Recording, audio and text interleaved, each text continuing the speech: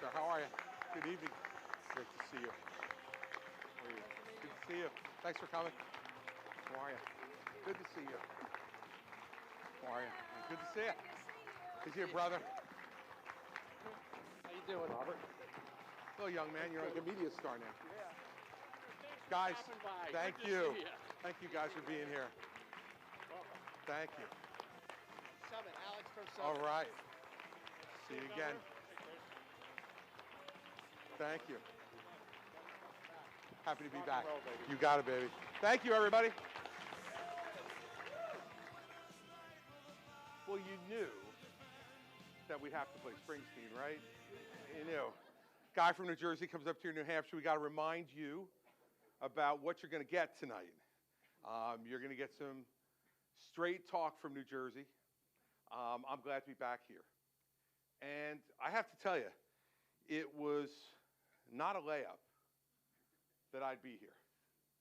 Far from it. If you had asked me a year ago whether I would be up here to talk to all of you about the future of our country and where we would go, I probably would have said to you, you know, life's pretty good in New Jersey, and I think I'll stay down here and let you all fight it out up here like you always do every 4 years and get a new crop of folks come up here and talk to you. But I have to tell you, as I've watched the last year evolve, there's been just one question that kept going back and back and back into my mind. And it was about our country and its future. And I wondered what our choice was going to be. Were we going to be small, or were we going to be big? And let me tell you what I mean. I've watched our country over the last decade. It seems to me get smaller and smaller. And smaller in every way. Smaller in the way we talk to each other. Smaller in the way we look at each other. Smaller in the things that we talk to each other about.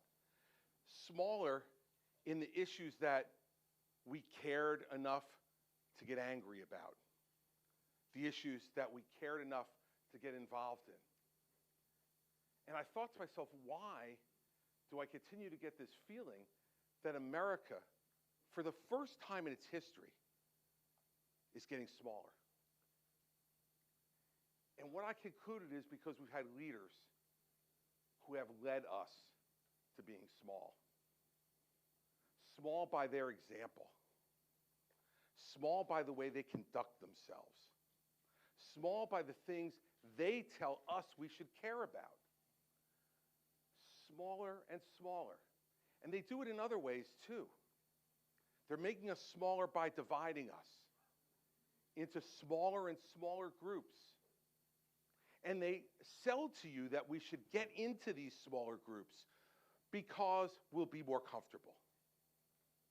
See, because the smaller and smaller group you get into, then you're probably not going to hear anything you disagree with. The smaller group you get into, you just watch the news that you want to hear. The smaller the group you get into, the less chances you'll ever be offended by anything. See, this is not just a right problem. This is a right and a left problem. We just go about it from different ways. I'm not just talking about the leadership of my own party. I'm talking about the leadership of both parties.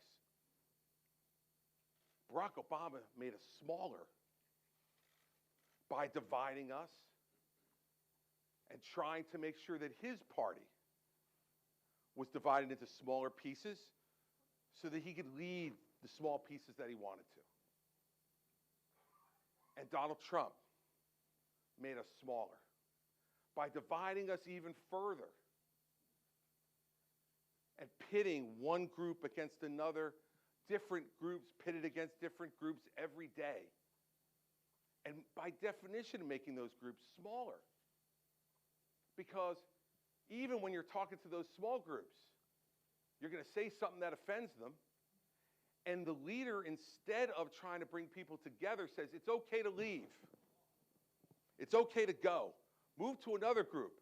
that you agree with even more, which by definition will be even smaller. And now Joe Biden is doing the very same thing, just on the other side of the political divide.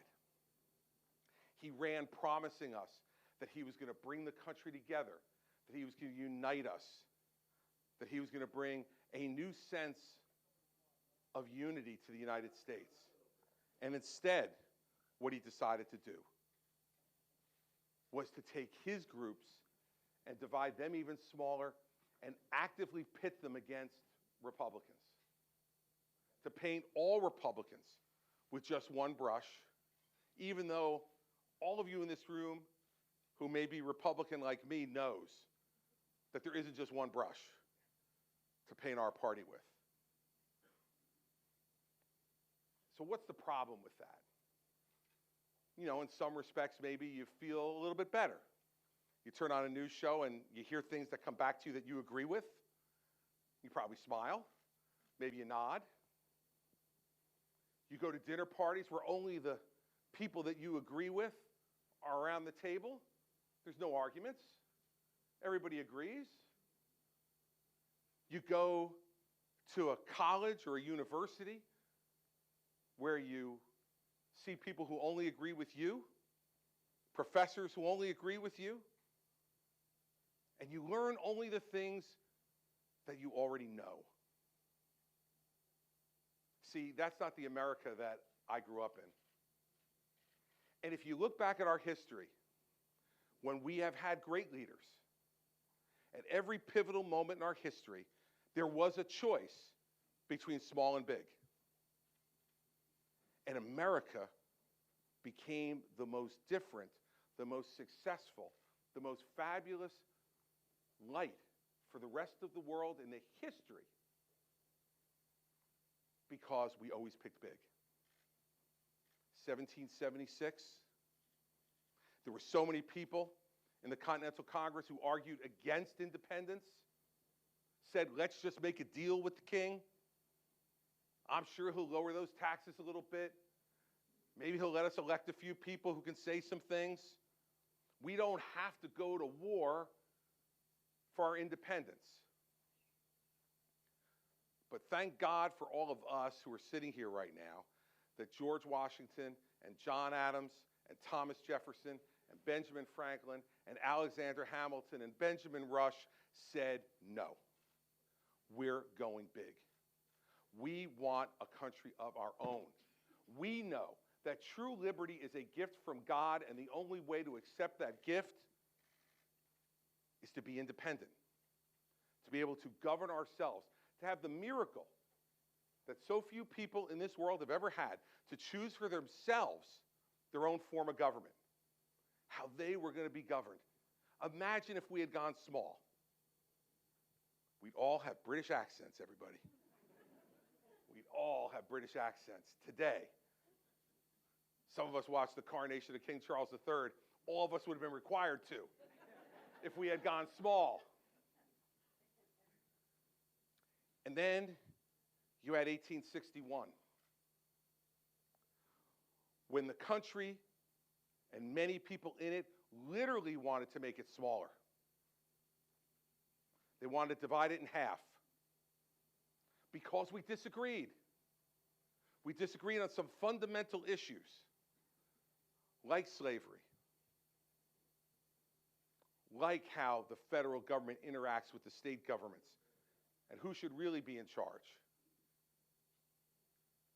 And if we had had a small leader sitting in the White House in 1861, we would not have become the greatest continental country the world has ever seen. And who knows how that would have ended. But it would not have ended with a country as vast and great and rich and free as it is now. Because Abraham Lincoln said, a house divided against itself cannot stand. And he knew when he said it that he was going to cause the death of citizens all throughout this country. The greatest loss of life in any American war, the Civil War. when we killed each other. But Lincoln knew that in the choice between a smaller America and a bigger America, that any sacrifice was worth it to make America bigger. He made that choice, and he gave his life for that choice. That's a great leader. And in 1917, when Europe was at war and dictatorships were taking over the entire continent, and America had followed the admonition of George Washington since its founding to stay out of foreign entanglements, Woodrow Wilson said no. If America allows Europe to go under dictatorship, we will be next. And we don't want to do this, but if we want America to be big and influential and free, we need to do it. And Franklin Roosevelt said the same thing 24 years later. When Hitler and Mussolini and Hirohito decided that dictatorship was what was going to rule the world, and Roosevelt and the rest of America said no, and sent hundreds and thousands of our men to Europe and to the Pacific, because they said America is better than this, and we're going to help the world be better than this. Again, imagine what would have happened. We know what would have happened if America had pulled away and decided to go small. Europe would have been dominated by Germany, by totalitarianism and Holocaust. And who knows what would have happened next to the United States with a Germany that ran all of Europe. We said no. America will go big. And 20 years later, John Kennedy stood at a speech and said, with absolutely nothing to base it on other than his belief in us, that we're going to the moon. And we're going to the moon before the end of the decade. We didn't have a rocket. We didn't even know what an astronaut was. I'm confident he didn't. So how could he possibly have been so audacious to do it? He was that audacious because he was an American leader who watched all those examples before him and knew his history. Wrote a book called Profiles in Courage about courageous leaders in this country. And what did he do? He put us on that path, and even though he wasn't there to see it to its conclusion, we would have never gotten there if John Kennedy would have thought small, would have not believed in the American people, would not have believed in our ingenuity and our industry and our faith and our hope. And then 20 years after that, there were those who said that the United States should just coexist with the Soviet Union, that we shouldn't care that they dominate Eastern Europe. We shouldn't care that they kill their own people. We shouldn't care that they starve them. We shouldn't care that they do that to everyone else that they dominate in Eastern Europe. We should just survive.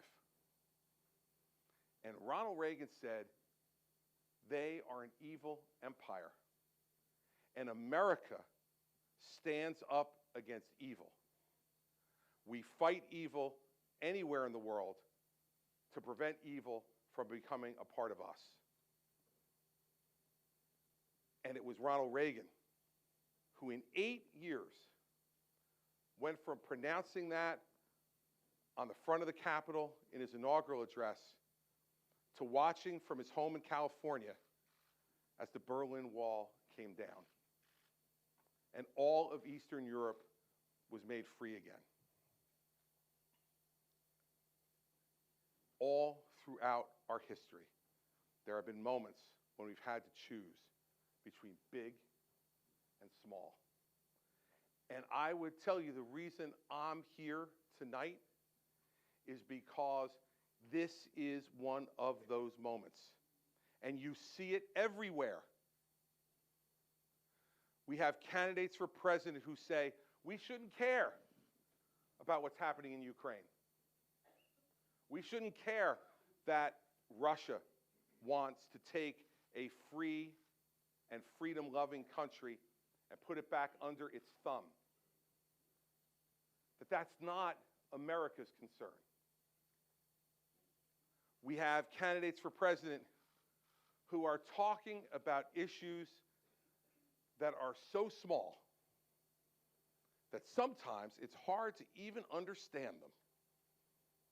But let me tell you why they're talking about those small issues. For the very same reason that leaders who are pretenders have always talked about small issues, to divide you further and to make it easier for them to rule over you. The more divided we are, the more likely we are to be dominated by a single leader. We fought against that 245 years ago. And as I sat in our home in Mendham, New Jersey, living a very comfortable existence. Now, I want to make clear that after 8 years of being a Republican governor in New Jersey, any existence would be comfortable. So this is not a high standard, but it was a bar that we were clearing every day. Mary Pat and I said to each other, we can't sit by and watch this. We cannot sit by and watch this happen. There's a big argument in our country right now about whether character matters. And we have leaders who have shown us over and over again that not only are they devoid of character, but they don't care. And they tell you you shouldn't care. Just look at what results I produce. Well, there's some fiction in that too, and we'll talk about that tonight. But the Greeks said character is destiny. And if you think about the stuff I just talked about, at every one of those moments, we had men and women of character to make the big versus small decision. Whether we agreed with them politically or not, Washington and Adams and Jefferson and Franklin and Hamilton were men of character, as was Abigail Adams, a woman of character who told John Adams what to do most of the time, if you read their letters.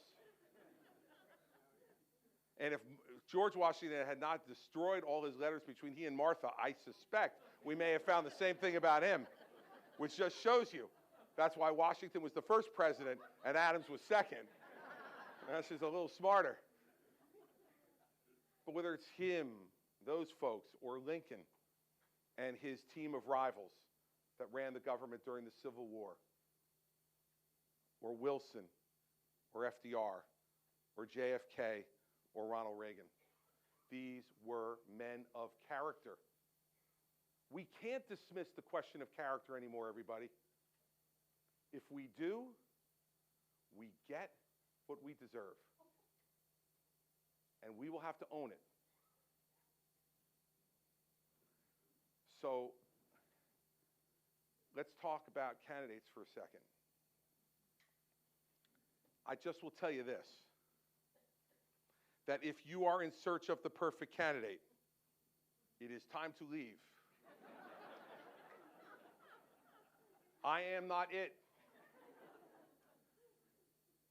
And not only am I not the perfect candidate, I'm far from the perfect person. I've lived a life at 60 years old now that have had enormous, enormous highs. Honors and privileges that as a child I could have never, ever imagined. Meeting the Queen of England, traveling around the world to meet leaders of heads of state in the Middle East and in Europe, to have the opportunity to lead my state through the worst natural disaster that it ever had, and have people come up to me during Hurricane Sandy when I would see them, and they would say to me, "Thank God you haven't forgotten us." Those moments that you had become that significant in those people's lives, that they believed that you could get them out of the worst moment of their lives, is the highest high you could ever have as a public official. And I've had them. But I also have made mistakes. I've made judgments at times that were wrong. And I've trusted people I shouldn't have trusted. And it resulted in me being, at one point in my career, admitting that I was publicly embarrassed and humiliated by the things that had happened on my watch. And those are days when you wonder whether it was worth it to do this. But I will tell you, there's never been a day where those great moments are the thing that got me out of bed, or those horrible moments were something that kept me in. What got me out of bed every day was that in public leadership in this country, you have a chance to do something great every day. You give men like me a chance to do something great every day. And that's what gets me out of bed. That's what got me out of bed for those years on the good days and the bad days. And when I made those mistakes, I admitted them.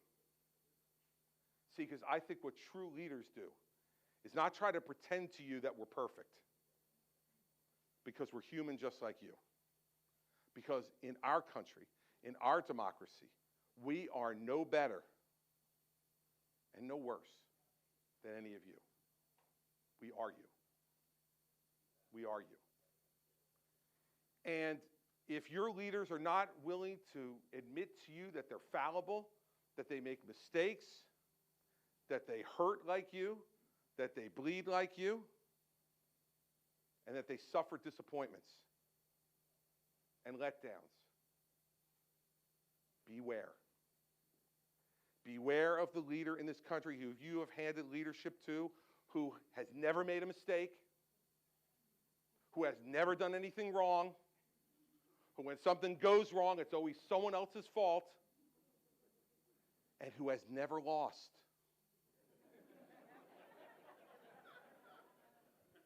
I've lost. You people did that to me in 2016. All of you. And I have two of my children here tonight who remind me of that all the time. They said, "You're going back to New Hampshire?" They beat you. But beware of the leader who won't admit any of those shortcomings. Because you know what the problem is with a leader like that?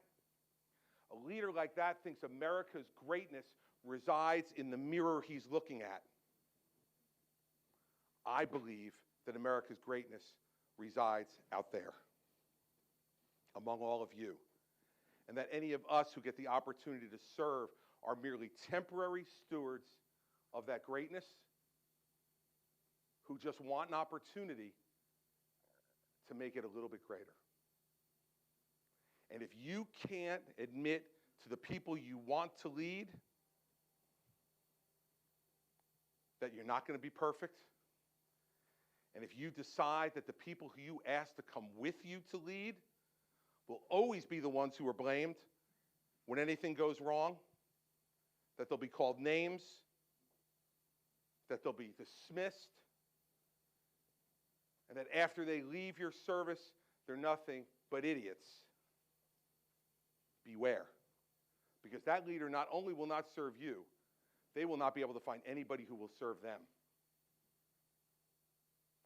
And a lonely, self-consumed, self-serving mirror hog is not a leader. And so now we have pretenders all around us who want to tell you, pick me, because I'm kind of like what you picked before, but not quite as crazy. But I don't want to say his name because for these other pretenders, he is, for those of you who read the Harry Potter books, like Voldemort. He is he who shall not be named. Well, let me be clear, in case I have not been already. The person I am talking about, who is obsessed with the mirror, who never admits a mistake, who never admits a fault, and who always finds someone else and something else to blame for whatever goes wrong, but finds every reason to take credit for anything that goes right, is Donald Trump. And if we don't have that conversation with you, we don't deserve to ask for your vote. We don't deserve the mantle of leadership. We don't deserve to have you think of us as people worthy of leadership. I'm going to end with this. I read a great quote from a letter that John Adams wrote to Abigail Adams during the beginning of the Revolutionary War. She asked him in a letter to him, what did he think was going to happen? Were we going to win? And his response to her was, I can't guarantee success in this war, but I can guarantee something better, that we deserve it. So I'll say to you tonight that I can't guarantee you success in what I'm about to do.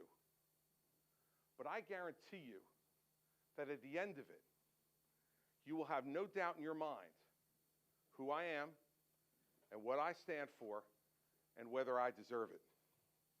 So that's why I came back to St. Anselm's, and that's why I came back to Manchester, and that's why I came back to New Hampshire to tell all of you that I intend to seek the Republican nomination for President of the United States in 2024, and I want your support.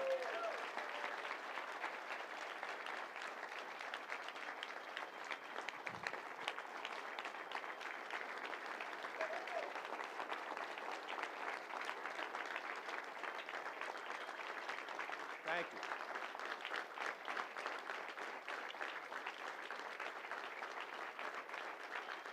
All right.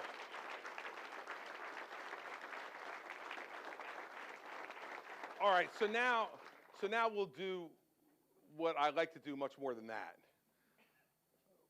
You know, when I was governor of New Jersey, I did over 150 town hall meetings in my first 4 years as governor. And then I came up here and I did another 100. And so, just so you know, this is my favorite stuff. To find out what you're thinking, what's on your mind, and to be able to try to answer you honestly and directly, and let you critique it as you walk out tonight. I want everybody to feel free to ask whatever question they want to ask, and I'll try to give you the best answer I possibly can. But remember something. Please never forget this. I am from New Jersey. So I am always interested in mild, polite, but intense conflict. So I'm happy to go back and forth with anybody tonight. But remember, with guys from New Jersey, what you need to know, and women, is that if you give it, you're getting it back. And that's the way we engage. So before I take your first question, I do want to do one other thing. I talked throughout the beginning of this about we. And we have been the same we for the last 37 years. And despite all odds against it, She's still here. My wife, Mary Pat. Stand up.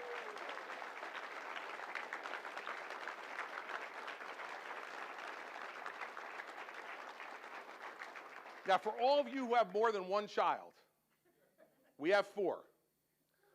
Once they get to the ages of 30, 27, 22, and 20, if you can get any of them to come to anything you're doing, you are incredibly lucky.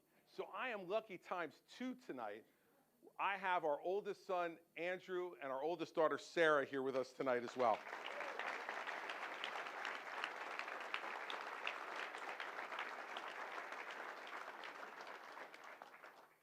And I'll tell you, besides being asked about Mary Pat, the second person I get asked about all the time when I come back up here, because apparently he made such an impression when he came up here 8 years ago at the age of 82 to go door to door. Big upset, everybody. He's still here. And he will still be going door to door, I suspect, here in New Hampshire. So get ready for this guy, my amazing 90-year-old father, to come knock on your door, and you can't say no once he gets to 90. So, Dad, Bill Christie, thanks for being here tonight.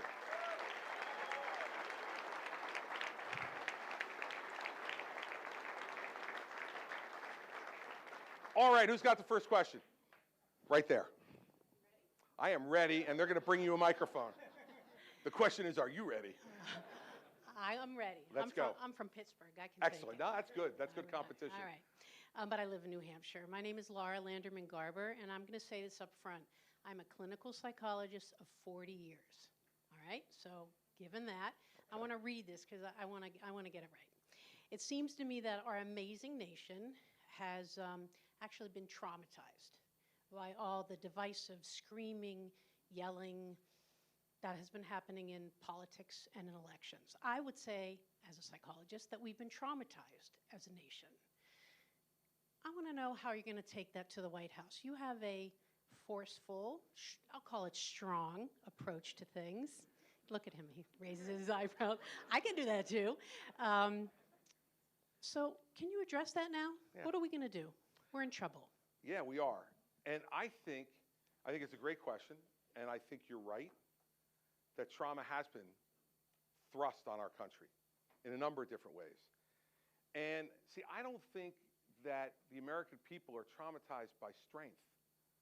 They're traumatized by chaos. The American people aren't traumatized by being direct. The American people are traumatized by lying. I don't think the American people are traumatized by somebody who is going to be forceful. I think they're traumatized by someone who only cares to be forceful for themselves. See, when I used to fight about things in New Jersey, and my Democratic opponents used to say all the time, they used to call me a bully all the time. They thought, they polled that, and they said, like, if we can get him to be seen as a bully, his numbers will go down. But what we found was that people said, yeah, he's a bully for us. See, I think it depends on where you direct that strength. If you direct that strength to aggrandize yourself, if you direct that chaos to aggrandize yourself, if you direct the anger to benefit yourself, well, then you're traumatizing a nation. If you harness our energy, our anger, our concerns, our disappointments, our hopes, our aspirations, and you put the force of a personality behind it for the betterment of the whole country, that's leadership. And so I don't think we need some weak person in the White House who will be mealy-mouthed and not speak and not lead. I think we got that already. Okay? We have that now. And look, I've known Joe Biden for 40 years. I went to the University of Delaware. I was the president of the student body there when he was the United States Senator. He's a nice guy. I've known him for 40 years. He's a nice man. He is out of his depth because he's not the guy he used to be. And I'm going to be honest with all of us. We know this. I know it for me, and there's lots of people in this audience that know it. Father Time always wins. He always wins. And he's not what he used to be. So we don't need someone timid, quiet, who's not speaking to us regularly in the White House. But by the same token, we don't need someone whose entire life is defined by never admitting you're wrong, never admitting you made a mistake. And when the mistakes happen, by definition, you have to traumatize somebody else because you can't take the blame on yourself. And that's why I talked to you about what I did near the end of my talk. I've made mistakes. I've made bad judgments. I'm human. But none of my mistakes, none of my judgments were ever meant to aggrandize me. They were a decision that I made about a public policy that was wrong, or a judgment I made about a person that turned out to be wrong. And what I always would say is, even if I'm not directly responsible, I'm accountable because I'm the leader. And what we need is someone who's going to be strong and accountable, and someone who's going to look at this country and say, you're not perfect, I'm not perfect, but we are better than any place else in the world, and we better get back to aspiring to that rather than worrying about dividing each other into groups that we agree with all the time. So I agree with you that traumas happen, but I don't think it's strength. That's faux strength. That is faux strength that's built out of an absolute lack of confidence. And it's damaging to everyone, starting with the person who's doing it, who can't see it or didn't care to, and to everybody else who that person's supposed to be leading. And that's why we're in the traumatic situation we're in now, because we've gone from chaos and constant yelling, screaming, blaming, to now quiet. And the divisions now are happening more quietly, but they're still happening. So that's the way I would consider leading now, which is to show your strength, but to show your humanity. And to let people know that I know I'm not always going to be right. I know I'm not. But what you're going to know about me is that every day, I'm not only trying to be right, I'm trying to be right for you. Thank you.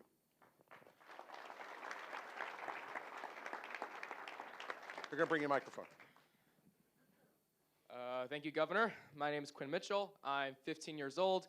And last week, I went to a DeSantis event. And while going in, I saw a huge group of Trump supporters flag waving. And it really highlighted what a division there was in the party. Like, for example, you would never see Klobuchar supporters doing that to Warren supporters in 2020. So my question for you is, how will you win over Trump voters who are so attached to one charismatic man, considering you don't seem to be appealing to the larger Republican voters? Thank you. Well, I'm not nearly as pessimistic as you are. And after saying that, I'm glad you're 15 and you can't vote.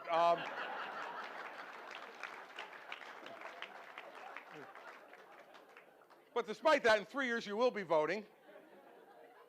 And I intend to seek your vote for my re-election as president in 2028. So we'll start right now. Look, there is no such thing as Trump voters.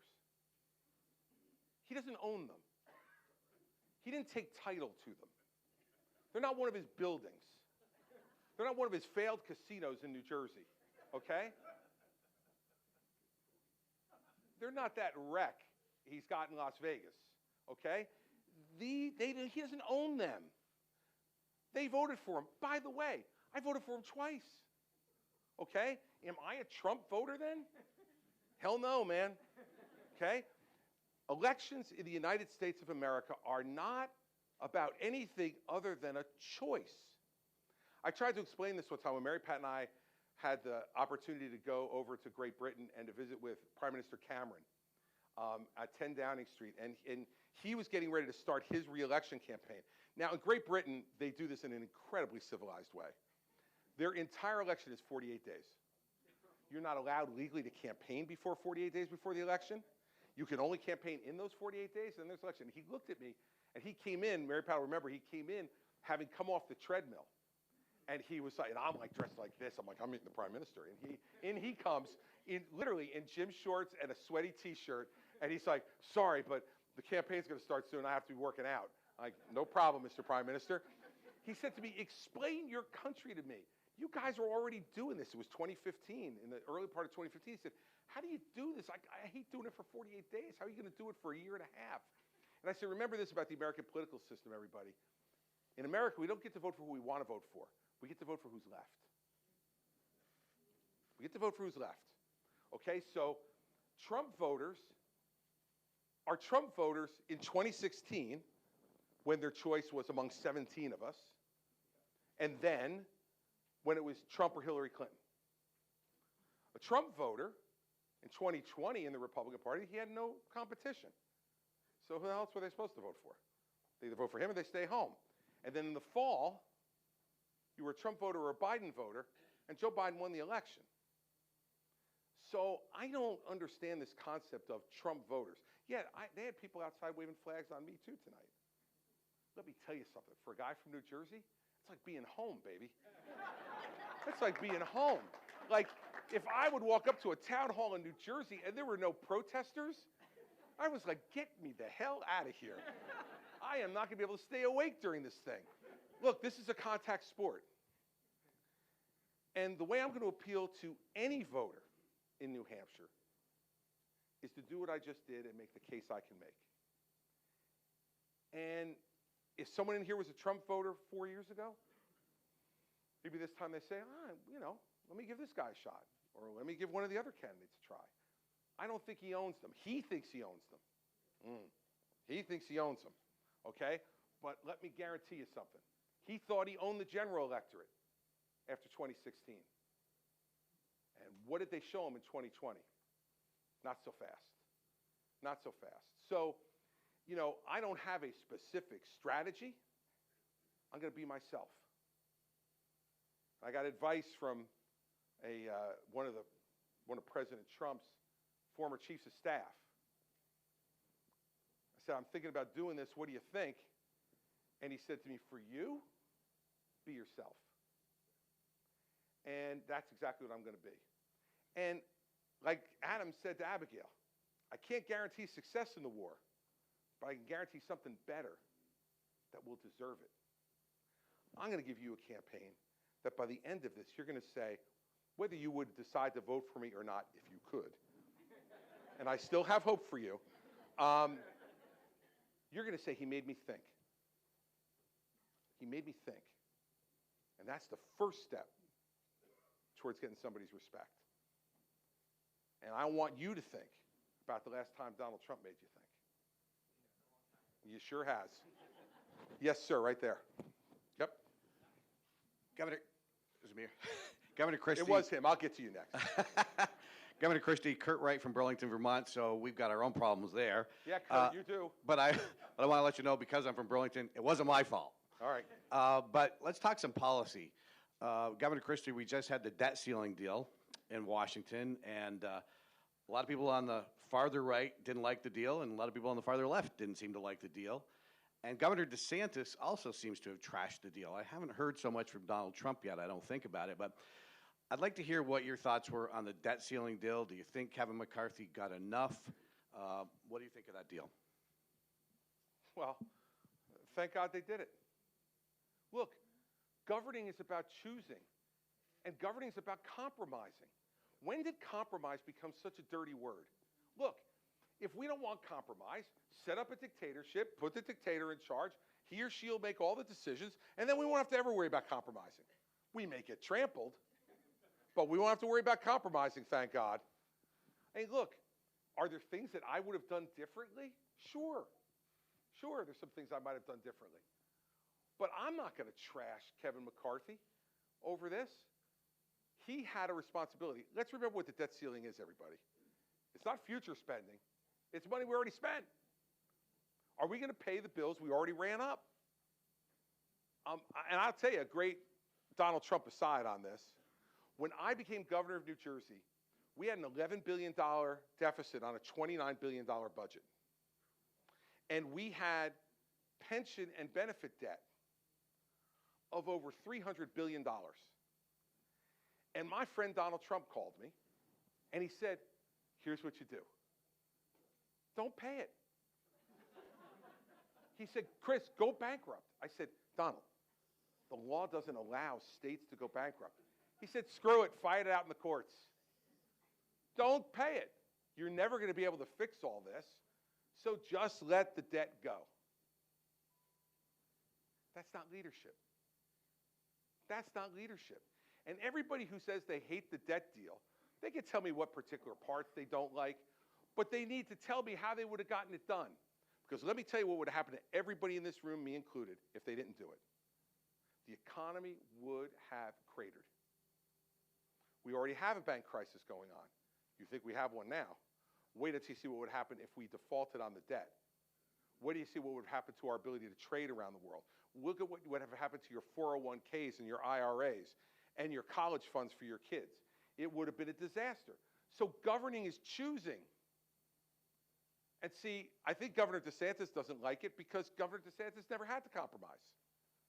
When he was in the House of Representatives, he was in the Freedom Caucus, and he just said either hell yes or hell no. And as governor of Florida, he had a Republican legislature who would do whatever he wanted. So you never have to compromise. I had a Democratic legislature for 8 years, every hour of 8 years, every minute of 8 years. And I had to make a fundamental decision. Is on a particular issue 60% enough? Is 70% enough? Can I live with 40% this time in order to get something done and move the ball down the field? And by the way, that's how we capped property taxes at 2% in New Jersey. That had averaged 7% increase for the 10 years before I was governor. That's how we saved $150 billion on our pension and health benefits system because I compromised with the Democrats. Would I have liked to fix the whole $300 million problem? I would have. But guess what? I retired half of the problem. Is that a failure? Under that definition, it is. So look, I'm not going to be one of those guys, if I become president of the United States, who is going to go in and say, my way or the highway, it's got to be what I want every day, and if it's not, I'm going back to the Oval Office, holding my breath, and ignoring you. Now, you all know me. Doesn't mean I'm not going to fight. I'm going to fight every day until the minute I think we've reached the time where compromise isn't going to happen. But that's how you negotiate. Like, you know, if you went into your boss and you said, I'd like a 10% raise. And your boss said, oh, I don't really think we can do that. I can only do 2%. And you said, okay, goodbye. And you walked out. And you didn't fight. Well, you ain't going to get 2%. But if you said, well, I don't know, about 2 is just much too low. Would you maybe get to 7? And then the boss comes back and says, well, I might be able to get to 4. Man, you know what I'm seeing? Here comes 6, baby. I'm getting 6. And you have tripled what the boss originally offered you. Under the definition of some people on the left wing of the Republican or the Democratic Party and some of the people on our party, that's a loss. Not to me. So I'm going to criticize Kevin McCarthy. I wasn't in the negotiations. I can't tell whether he could have squeezed a little more out or whether he had reached the end. But what I do know is he knew that if he failed, that the American economy would fail. Yes, he did. He said we should default. And that's why I told the story. It's not news, baby. He told me to default in 2010. And when I said to him, I can't do it, it's against the law, he said, fight it in the courts. I said, we'd lose. And he'd go, oh, for God's sake, Chris, don't be stupid, just default. Now, look, that's not leadership, everybody. It's just not. And when he was just a developer at Trump Tower in New York City calling and giving me advice, who cares? He's one of thousands of people who would give me advice, and it's my job to decide. But when you put him in the chair to decide, and you know that's what he thinks, get ready. Get ready for bad things to happen. And that's what happened.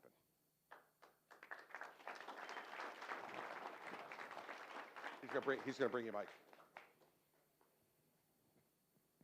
Chris, Ted Tykert from Andover, Massachusetts. I only came here to get a job in your cabinet when you get elected. Not if, but when you do. Well, that started early.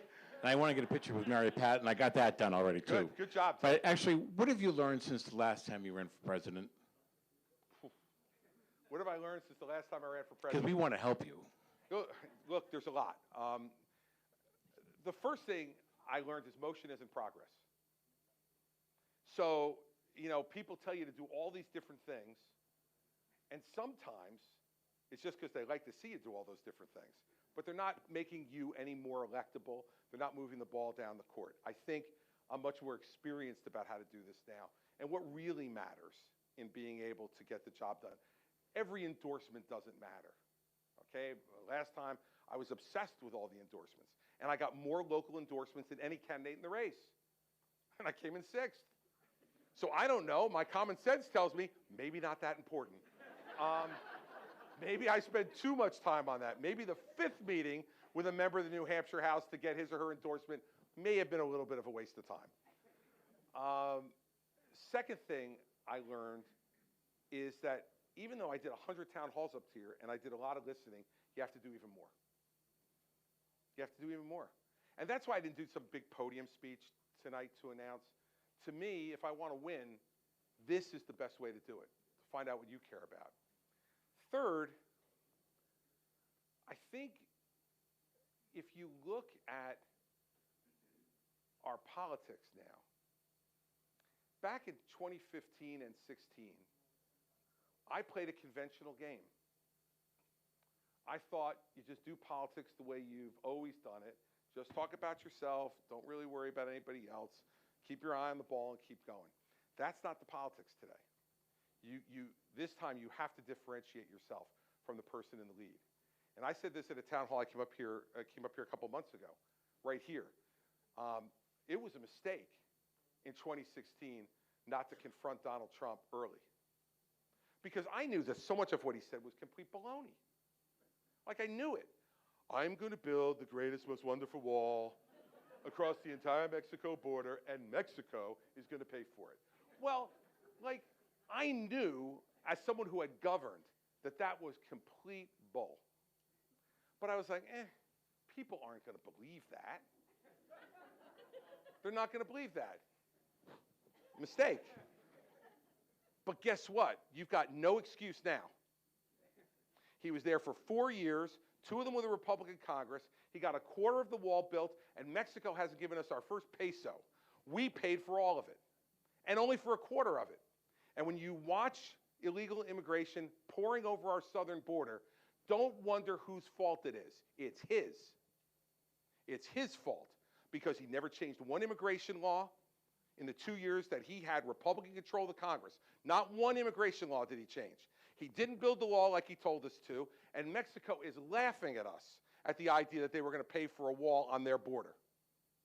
And if you listen to him, he'll tell you, I totally succeeded, and now Biden is the reason that, this is not happening. Well, Biden's made it worse. But if the wall was there, like he promised us, Biden wouldn't be able to be doing this. He wouldn't be in office if it wasn't for Trump. Joe Biden never beat anybody outside the state of Delaware in 45 years, except for one guy, Donald J. Trump. Joe Biden ran for president 3 times and never won anything outside the state of Delaware, not once, until he ran up against a guy who the American people knew in their heart was full of it. And they had enough. They had watched the chaos. They had watched the disorder. They had watched the disrespect. They had watched the narcissism and the lying for 4 years. And they went, you know what? The people in the middle said, enough. We took a chance on him 4 years ago. We're not taking a chance again. And so I made a fundamental judgment error. I thought that something that was so apparent to me would be apparent to everybody. Let me guarantee you something. I ain't making that mistake this time. Is Trump the guy in the way? Well, of course he is. I love this. I've seen some of the press coverage of me getting ready to run. And there's this thing like, Christie doesn't really care about winning. All he cares about doing is destroying Trump. Now, let me ask you something. How are those 2 things mutually exclusive? I mean, seriously. Aren't they inextricably connected? The guy's ahead in the polls. Who am I supposed to be worried about? Nikki Haley? I mean, seriously, if I came in here tonight and spent 15 minutes railing on Nikki Haley, and I've known Nikki for 13 years now, we're friends. So that's why I'm bringing her up, because I know that she will take this in the spirit it's given. If I came out here and railed for 15, 20 minutes about Nikki Haley, you all would leave going, is he nuts? Hasn't he, read the papers? Doesn't he know Trump's leading? The reason I'm going after Trump is twofold. One, he deserves it. And two, it's the way to win. So these two are not divided. And this is what I don't understand about the coverage, right? Well, I hope he's not just going out there to kill. No, I am going out there. Let me be very clear. I am going out there to take out Donald Trump, but here's why. I want to win. And I don't want him to win. And guess what? If you put DeSantis and Haley and Pence and Tim Scott, that's it, I'll stop there. On truth serum, they tell you the same thing. Here's the difference. Here's the difference. You don't have to put me on truth serum to tell you. Okay? So that's why. There are not multiple lanes to the Republican nomination. That is a political science professor's dream.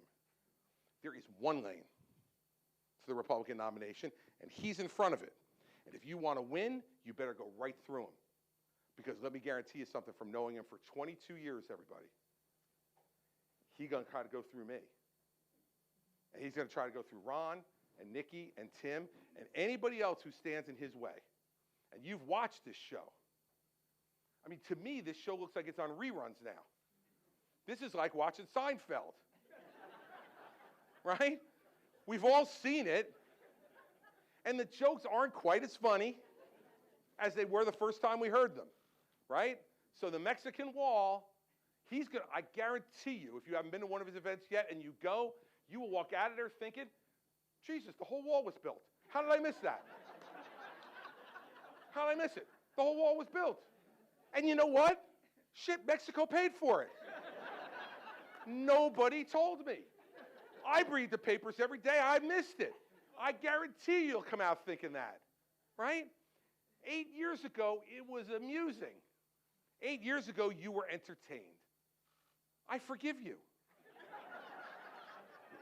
But it ain't funny anymore. It's not amusing anymore. It's not entertaining anymore. It is the last throes of a bitter, angry man who wants power back for himself, not for you. If you think for 1 minute, when he says, I am your retribution, if you think he wants to be your retribution, forget it. He's going to be retribution for one person and one person only, himself. And all the things he's angry about, and all the ways he thinks he got snookered. Well, if that's the kind of president you want, let me tell you, no one can compete with him. He's the runaway winner.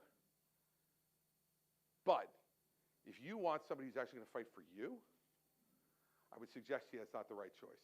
So I learned a few things.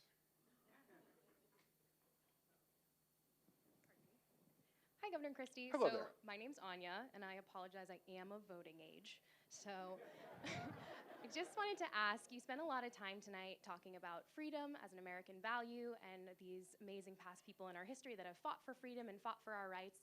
And I'm wondering if you could talk about your opinion on the Dobbs Supreme Court decision and the future of reproductive justice and abortion access for women in America, and if you support all of our freedoms or maybe just freedoms for a choice few. I think that Dobbs' decision was the right decision because I believe it was Roe versus Wade was constitutionally flawed. It said that there was a right to an abortion in the Constitution. And look, I'm a lawyer. I plead guilty. I'm a recovering lawyer, but nonetheless a lawyer. It's not there. And so I think what Dobbs did was exactly what it should have done, which is to say it's not in the Constitution, and as a result, we send this back to the states for them to decide.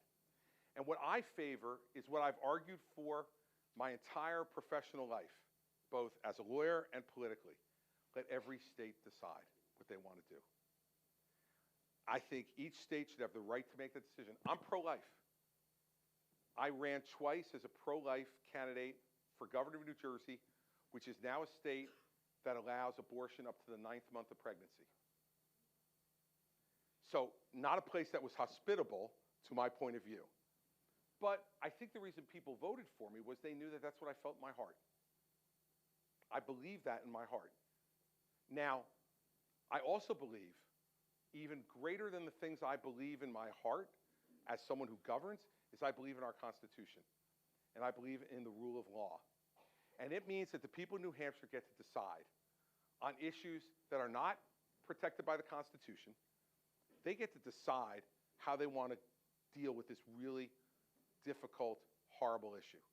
Because it is. It's a tragedy no matter what happens.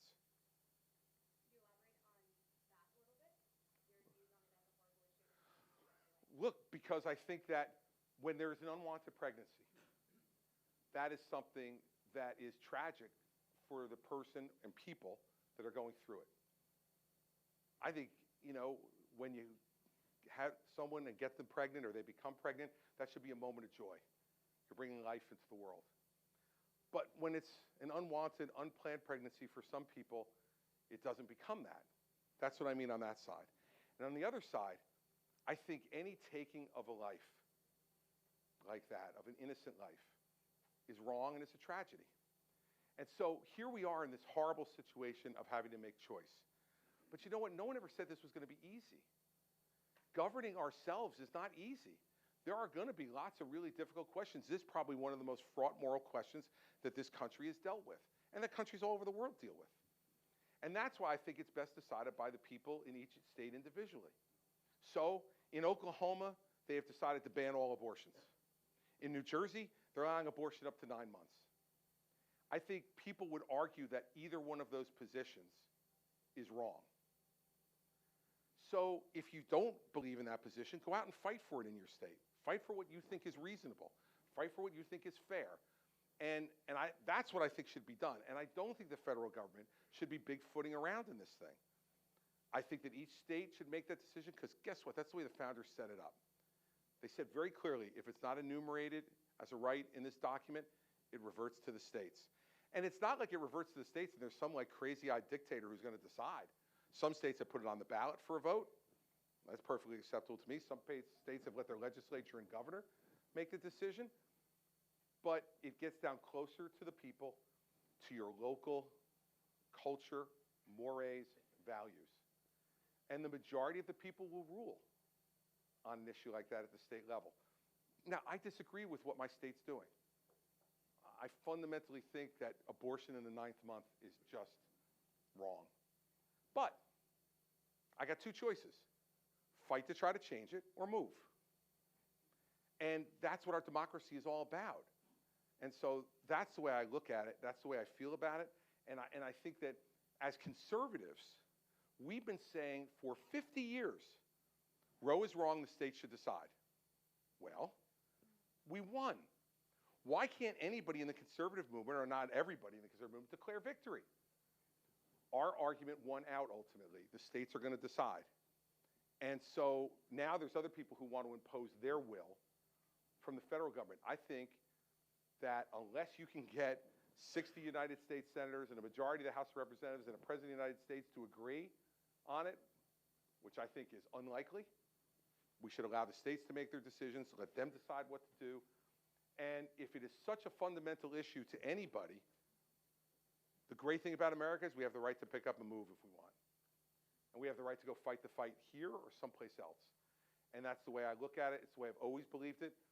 And I think a pro-choice person could feel exactly the same way.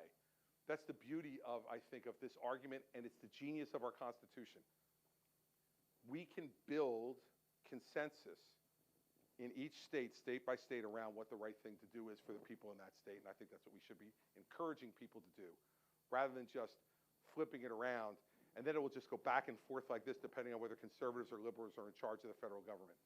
I think the Supreme Court's trying to stop that and put it back with the states. So that's the way I would deal with it. Sure. Yes, sir, on the aisle there. He's going to come with a microphone for you. Thank you, Governor. Welcome back to St. Anselm. I'm an alum. My name's Steve Monier. I'm glad you mentioned the Ukraine, Governor. I'd like to talk a little bit about foreign policy, Putin. China. It's not an emerging threat. It is a threat. Yes. So can you speak to our foreign policy Sure. issues a bit? Look, I think there have been grave foreign policy mistakes that have been made by the last 5 presidents that we're now living with, that all built on each other. George W. Bush made the fundamental mistake of Iraq.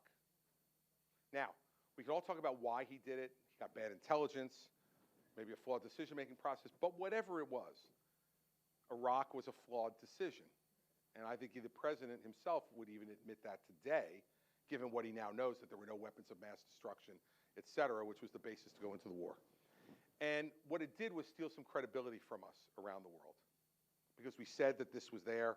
Colin Powell went in front of the UN and said it was there, and we turned out to be wrong.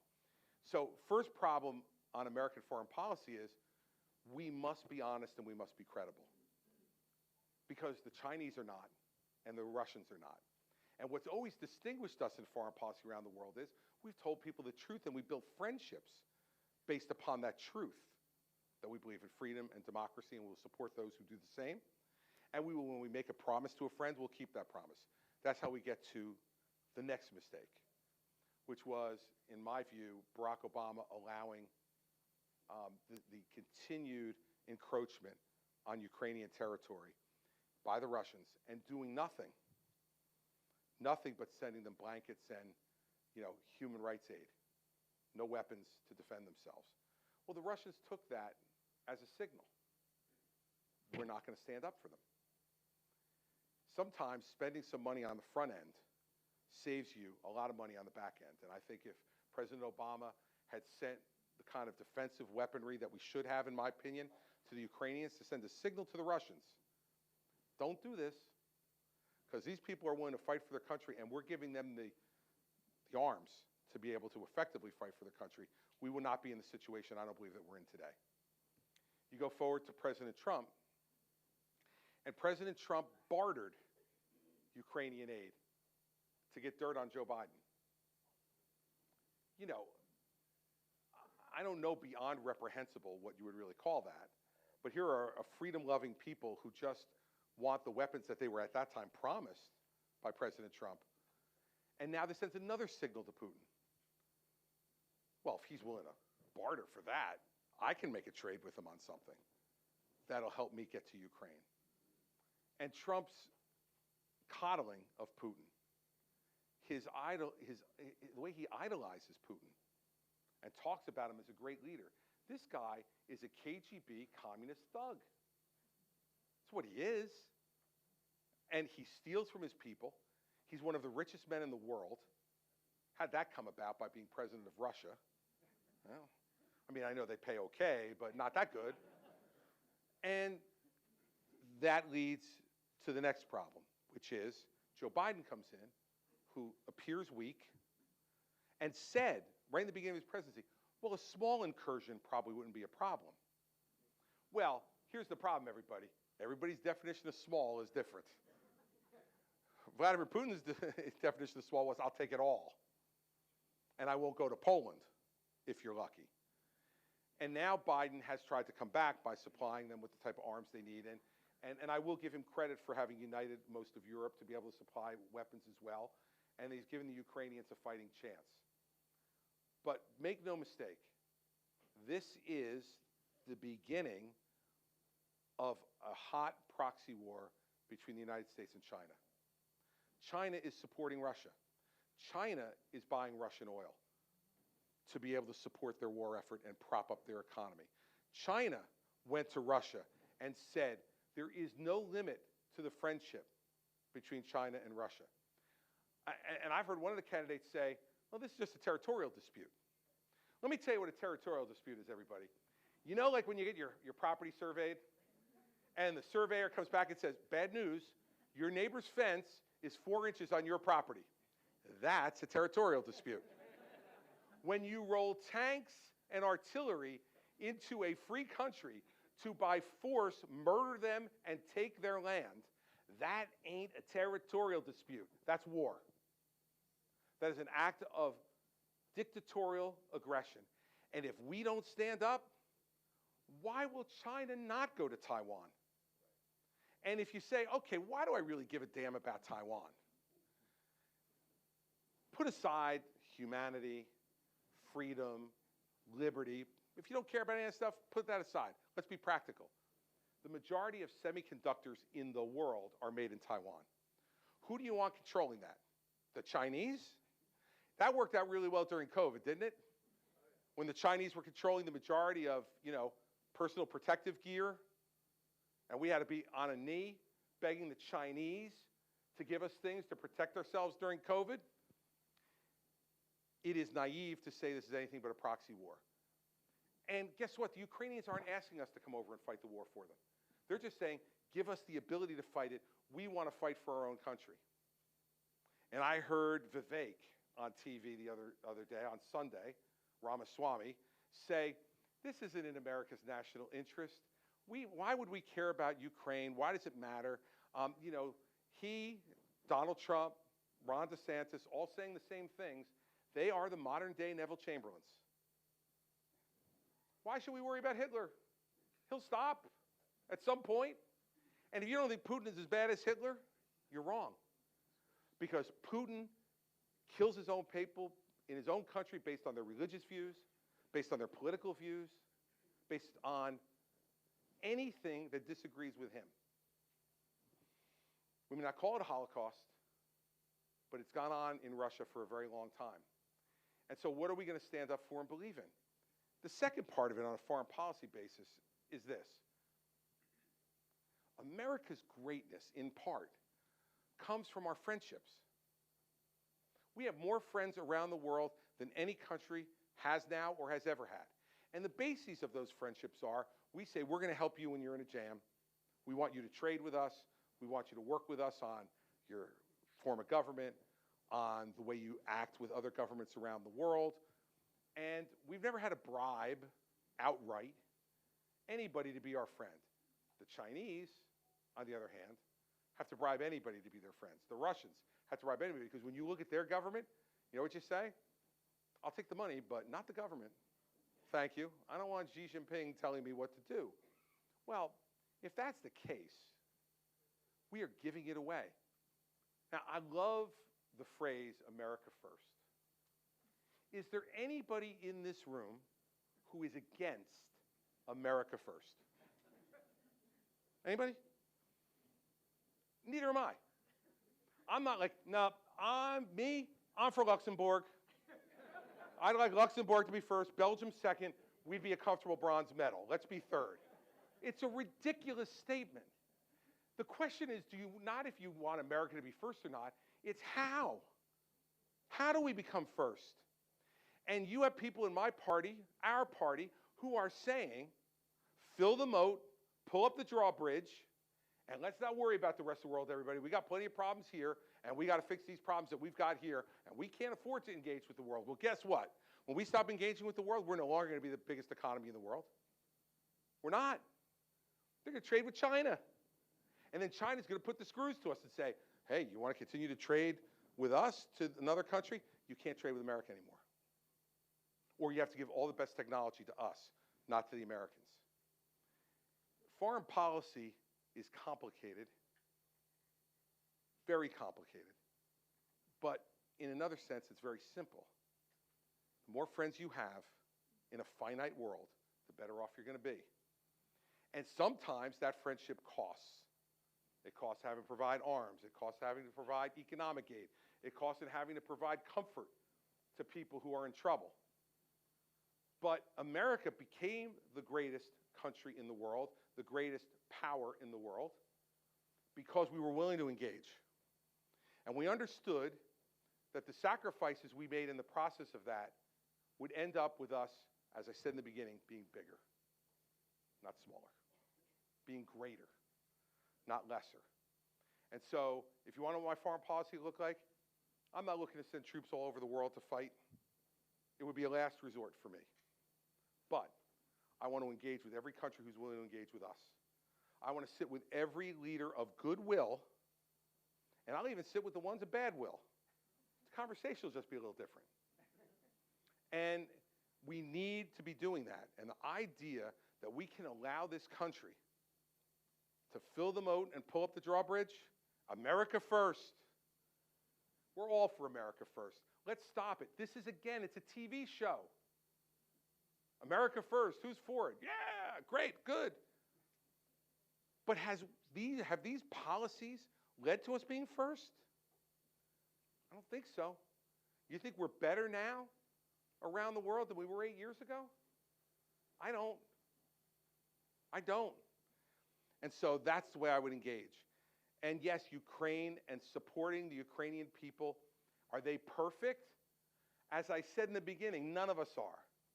Are they making every decision like we want to make it? Do they run their government exactly the way we want? No. But same way American elections are choices, so are these. Do we want them or the Russians? I'll take the Ukrainians. I'll take the Ukrainians. And I think it's not that these choices are without cost, but to me, avoiding those choices have a much, much greater cost, both in the near term and in the long term. That's the way I deal with it.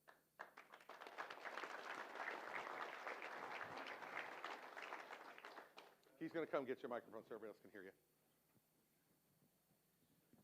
Hello, I'm Tom Palkin II. I'm originally from Dallas, Texas, but I'm also a geopolitical consultant in Asia. So I have yet another foreign policy question as well. Some of my concerns, and I do like your idea of America as a big country, but I have to deal with a lot of, let's just say, complex diplomatic issues. And what I often hear from, say, other countries, their criticisms of America is that they see themselves as this big power and that all others should listen to what the U.S. does. And so my concern is, by you emphasizing this campaign of bigness, how are we going to address the issues between other countries, including rival countries? And are you going to be, oh, we're big, you're small? Or let's say, for example, when you're talking to China, I know a lot of us here are very critical of China, but in one sense, we still have to find ways to work together with China. Sure. And I just would like to know your opinion on U.S.-China relations in this regards. Sure. You put a lot in there, so let me try to unpack it. First off, I am insulted by the idea that you think I would like anything over big. Right? So we're not going to do that. But I will tell you this. You can become bigger and not be dictatorial. The greatness of America was after World War II, after we had given and given and given more than any country had ever given without asking for anything in return. And what happened as a result? We engendered trust and friendship all around the world that then inured to our benefit. It's kind of like, you know, when I say some of this stuff is, as you said, there's some very complex negotiations that have to go on, but some of it is simple too. Like, I'm sure that all of us who had great mothers in this room, our mothers taught us, like, be good to others, be kind to others, and it will ultimately come back to benefit you. They couldn't exactly explain how. It wasn't a direct financial transaction, but the goodness and the kindness that you give, I really believe comes back to you multifold. Secondly, look, I don't think we should be dictating to other countries around the world. We should be trying to provide an example that they want to emulate, not dictating to them what their government should be. When we try to dictate what government should be, usually that ends up in a disaster for us. But when we provide a shining example, and people look at this country and go, wow, I'd like to be like that. I'd like to have those things, those freedoms, those economic benefits, those educational benefits. People want to emulate you then. So I think part of it is just the art of persuasion rather than being a dictator. On U.S.-China relations, look, we've tried it a bunch of different ways with China, right? And starting back with Nixon and him opening the door to China. And it was a brilliant strategic move to divide China and Russia. And it's taken us 50 years now to screw that up. And we put China and Russia back together, right? So 50 years later, Nixon's looking down going, all right, I wasn't perfect, but I got that right. And we've messed it up. I'm not saying that we should isolate China. It's impossible. They're the second largest economy in the world. They have billions of people. Like, it's not like we're going to go, okay, it's not there, it's not there, it's not there. It's there. But we have given into their demands of saying, we're a developing country, we need more advantages. Guess what? The development is over. You're now nearly our equal, if not our equal, in many ways. So you know what? Now we compete with each other on an equal basis. No more advantages that we've given to China over time. Go ahead. Yeah. There is blocking now. It's not just a case of China not being able, forcing other countries to decide. It's actually the U.S. going to other countries to say, you can't work with China if you're working with us. That's my concern. Well, but hold on a second. So exactly where I was going, okay? China allow Facebook in China? No, they don't. They allow Twitter in China? Do they allow TikTok and our version of it in China? They do not allow our technology in, but they insist that their technology be accepted by us. And so my point is, I'm willing to have a fair relationship with China, but it's got to be a fair relationship. And if they want to start doing that stuff of blocking stuff, stealing our technology, which they do on a regular basis, co-opt it, and thumb their nose at the World Trade Organization and anybody else who tries to enforce things, well, then you do have to go then and block some things that they want because they're not following the rules that they said they were going to follow. When we allowed them to join the World Trade Organization, they agreed to a whole bunch of fair trading rules, most of which they don't follow. So after a while, you have to let them know, in my opinion, enough's enough, okay? Doesn't mean enough's enough, therefore we're putting the wall up and we're not going to talk to you anymore. That would be destructive to both of us, both economically and militarily. But they've had a good run, and to some extent at our expense. Some we benefited from, some we've had to pay for. We're in a new era now. And when they go around and start playing the games that they're playing in foreign policy, building artificial islands in the South China Sea and claiming jurisdiction over them, messing around with our ships in both private sector ships and trading lanes and military ships like they did just last week. When they come to Brazil and stand next to the new president of Brazil and encourage him to denounce the United States in our hemisphere, okay, that's fine. You can play that game. But remember that we will play it back. We will play it back. And so, you know, my concern about this is that we have allowed, and in some extent in the beginning of the relationship for good reasons, to allow them to develop, we've allowed them to have advantages. It needs to stop, in my opinion, now. And we need to make this a level playing field. And then respect for our intellectual property and respect for theirs. Respect for our manufacturing and respect for theirs. Respect for their ability to trade and respect for ours. And we don't have that now. And that's my concern about it, because in the end, you're much less likely to go to war with someone who respects you. And we need to rebuild that respect with China in both directions, and then we'll be much less likely to go to war, in my view, if we do that. Yes, sir, right in the front.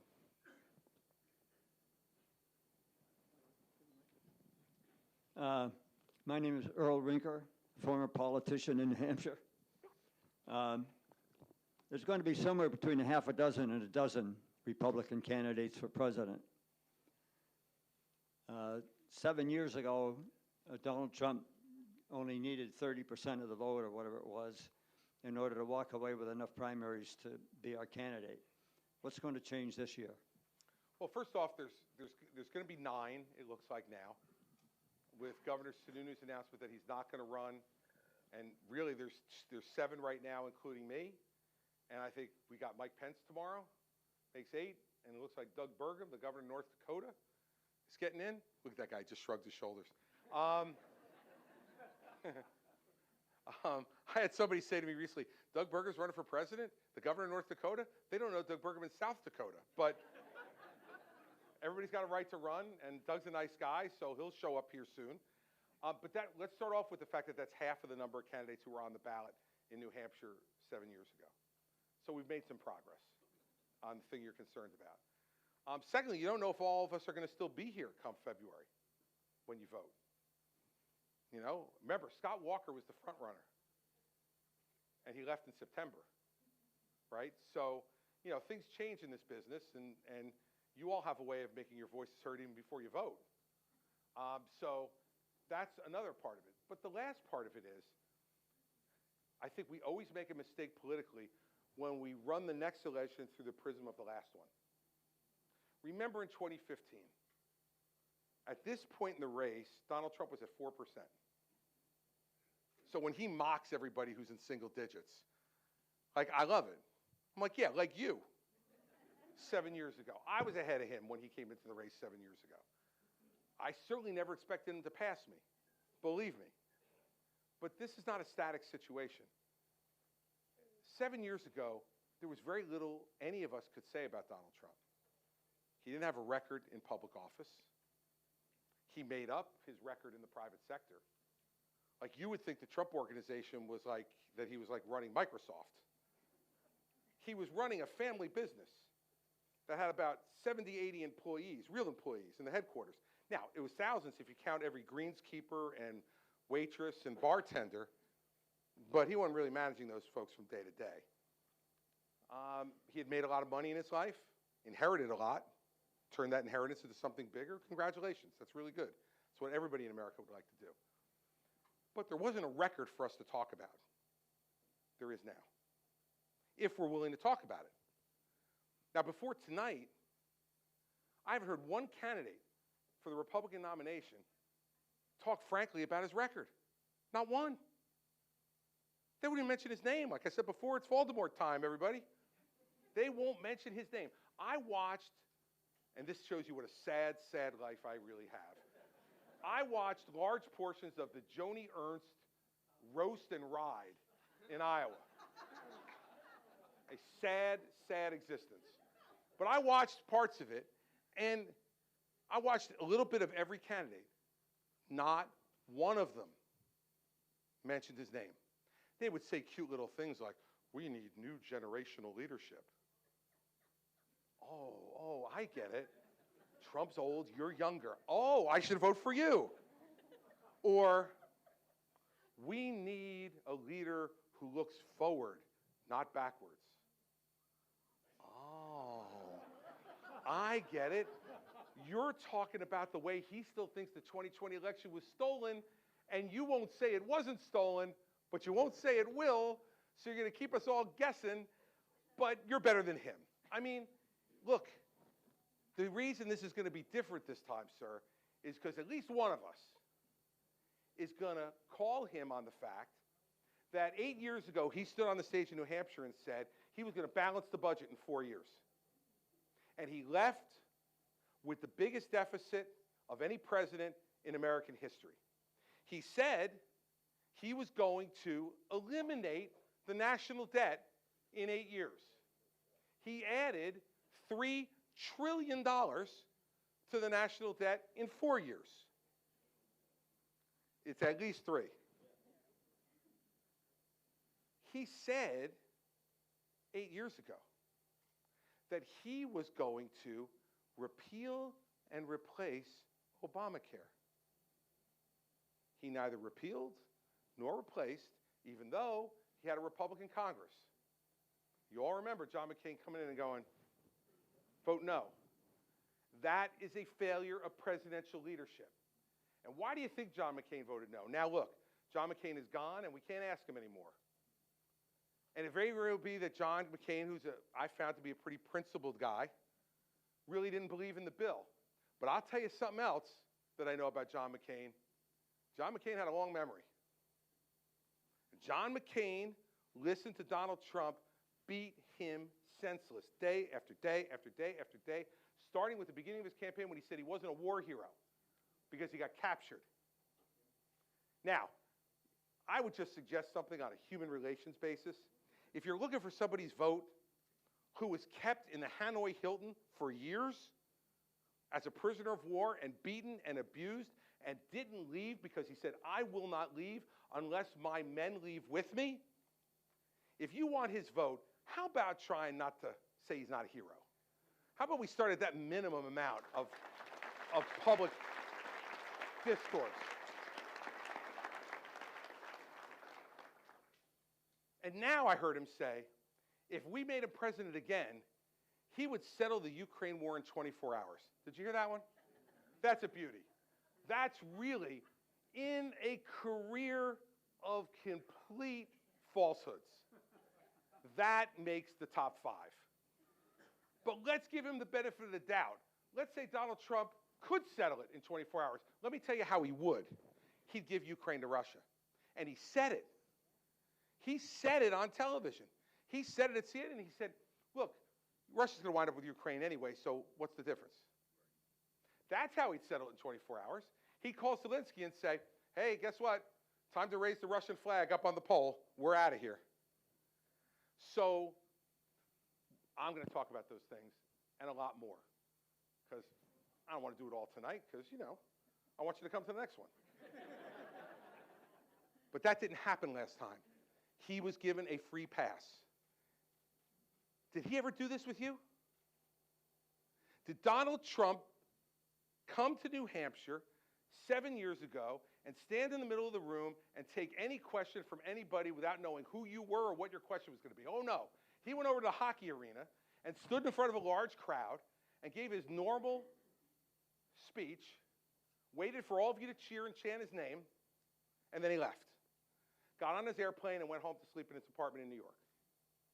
I'm at the Hilton Garden Inn tonight, in case you're wondering. The bar's open until 11. So, guess what? I'm calling him out. It's time for him to stand in the center of this room and answer questions. It's time for him not to look at somebody and when he doesn't like their question, just call them a mean person. Right? Guess what? You want to be president of the United States? Stand in the center of the room in front of the people that you ask to govern and take their questions. And if he's unwilling to do that, send him back to Mar-a-Lago. Plays golf every day anyway. Let him go back to playing golf. And by the way, that's one other promise. I'm glad I brought that up. Remember, I stood on the stage in 2016. He said, with all the problems America has, how can Barack Obama play 120 days of golf? How can he do it? I won't play one day of golf. I'll be so busy solving your problems that I won't play one day of golf. 265 days of golf in 4 years. Now look, I don't golf. So I can guarantee you I won't be golfing. But that's not the point. The point is, it was all a lie. He plays golf all the time. He owns golf courses. So when he told you he wouldn't play one day of golf, here's the worst part. He never meant it. He never meant it. Now, seriously, if character is destiny, how do we reward that anymore? It's one thing to make a mistake. It's one thing to make a bad judgment. But when his whole life is about golf, when most of his profits are in owning golf courses, and then he comes in front of you and says, I won't play a day of golf as president, I don't care whether he plays 500 days of golf. In fact, having him out of the Oval Office might have actually been better than having him in it. But don't lie to me. Don't treat me like a fool and tell me you'll never play when you know you have every intention of doing it. And by the way, making the Secret Service stay at your hotel and pay your hotel rates on the taxpayer's dime, too. Because let me tell you something, everybody. The grift from this family is breathtaking. It's breathtaking. Jared Kushner and Ivanka Kushner walk out of the White House and months later get $2 billion from the Saudis. $2 billion from the Saudis. You think it's because he's some kind of investing genius? Or do you think it's because he was sitting next to the President of the United States for 4 years doing favors for the Saudis? That's your money. That's your money he stole and gave it to his family. You know what that makes us? A banana republic. That's what it makes us. So, he may get 30% again. I'm not sure. Maybe he'll get more. Maybe he'll get less. But let me tell you what he'll know in 2024 that he had no idea of in 2016. He's in for a fight to get it.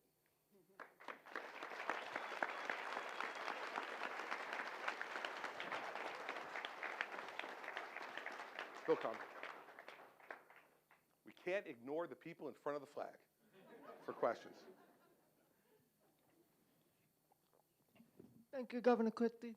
My name is James Twin. I'm 30 years old. I've had 55 surgeries, and I'm an advocate for those with feeding tubes and other health issues. One of the things I've noticed is, like, for example, I just got new prescription for my stomach. My mom and dad are on the same meds as well. For them, it's $10. For me, it's $480. We have the same insurance. What would you do to ensure that the pharmaceutical industry would make it fair for those who are on the same meds but not have to pay 4 different prices?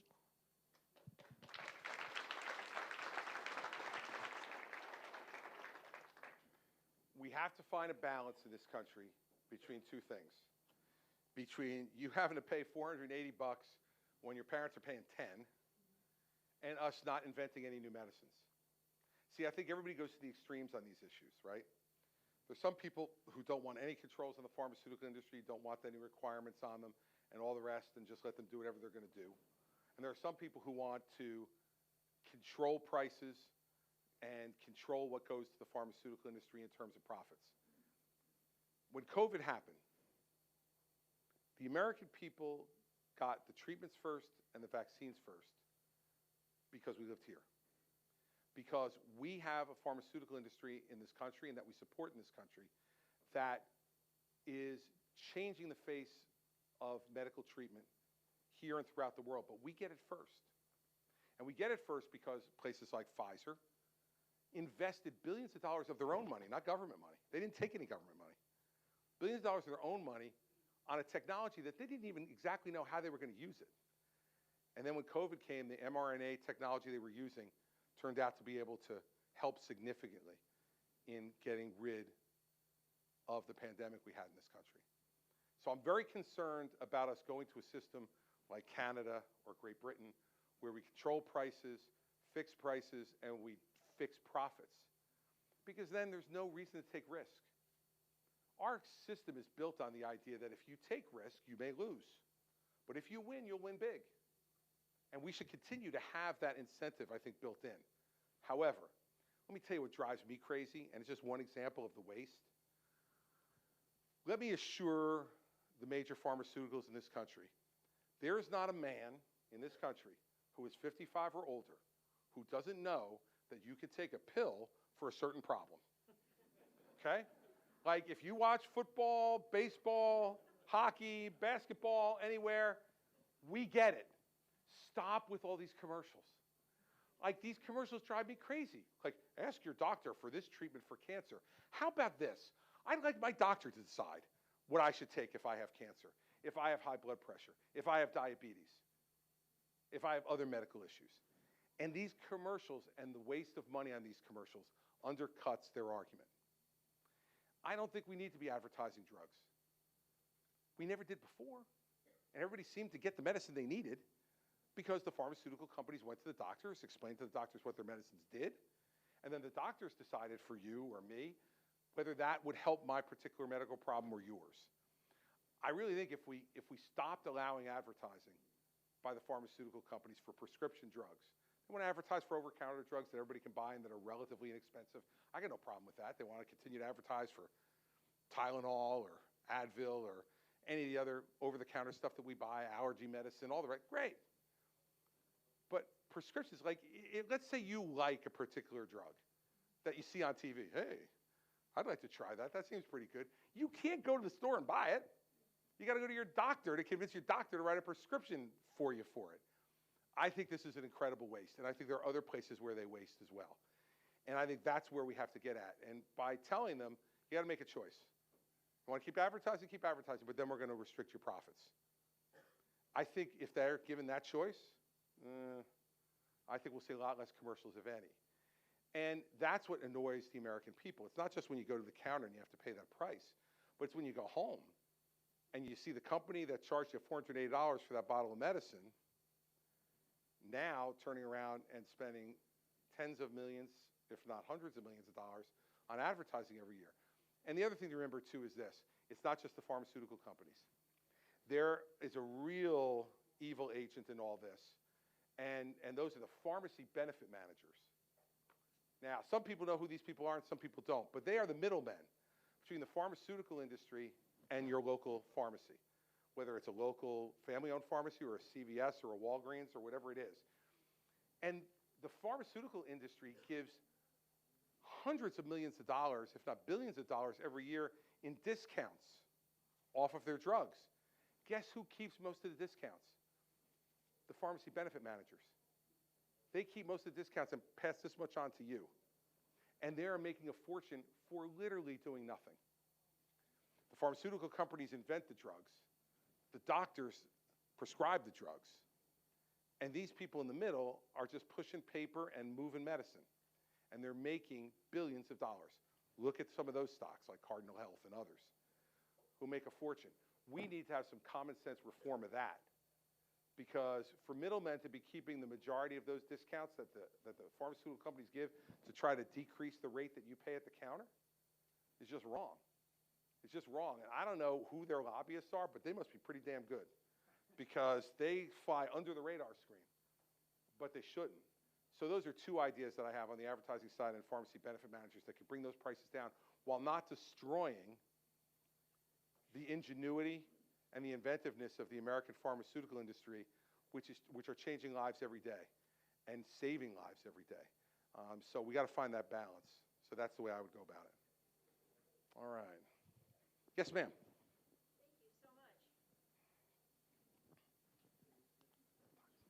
Thank you, and thanks for being here.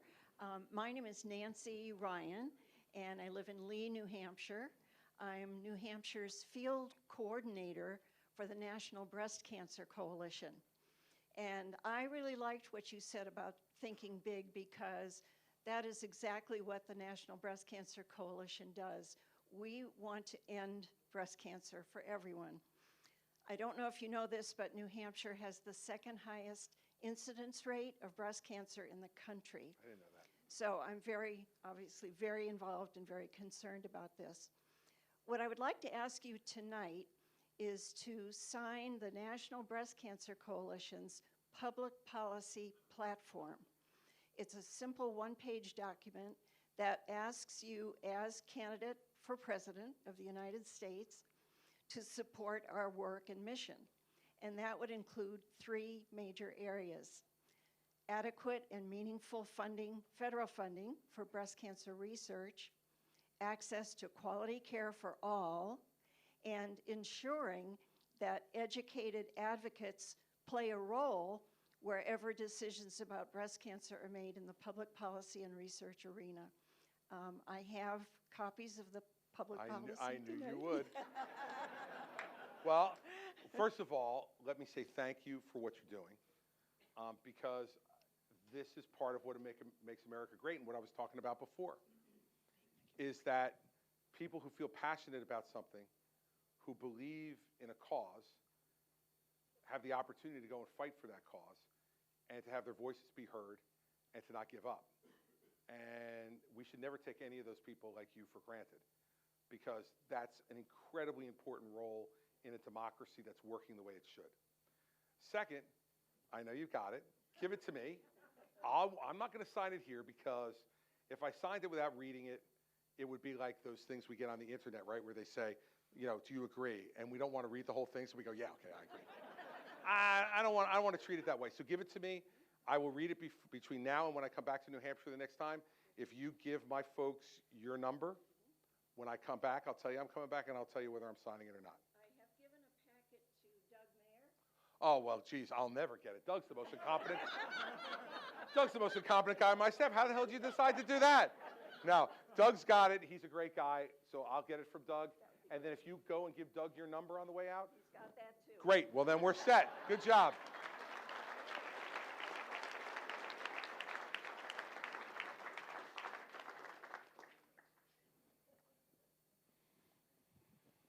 Thank you, Governor, for being here. My name is Valerie. I am 19 and a New Hampshire state representative. And in regards to domestic policy, what is your chief policy aim in the first 100 days? Thank you. Well, look, I can tell you a few, because I'm not going to know what I'm going to be confronting in the first 100 days, 18 months from now, right? So something may happen between now and January 20th of 2025 that makes me go, okay, I was going to do this, but now I'm going to do that. I'll give you an example. When I became governor, education reform was my top priority, and I was going to work on it in the first 100 days. And then I got there, and we had an $11 billion deficit on a $29 billion budget. The previous governor had said that it was $500 million. A little different. And so all of a sudden, my first 100 days became consumed with dealing with that. But I'll tell you a few things. First, on the domestic side, I would go back to education. The thing that's differentiated the United States, in my view, from any other country in the world has been our commitment to educating people your age to become more educated than I am. That it's not good enough just for you to have the same education I've had, but that you should get better, deeper, wiser, and that your education should be a part of it. And going all the way down to kindergarten and pre-K, we're failing in a lot of parts of this country. Not everywhere. There's some places that are succeeding, but there's many, many places we're failing.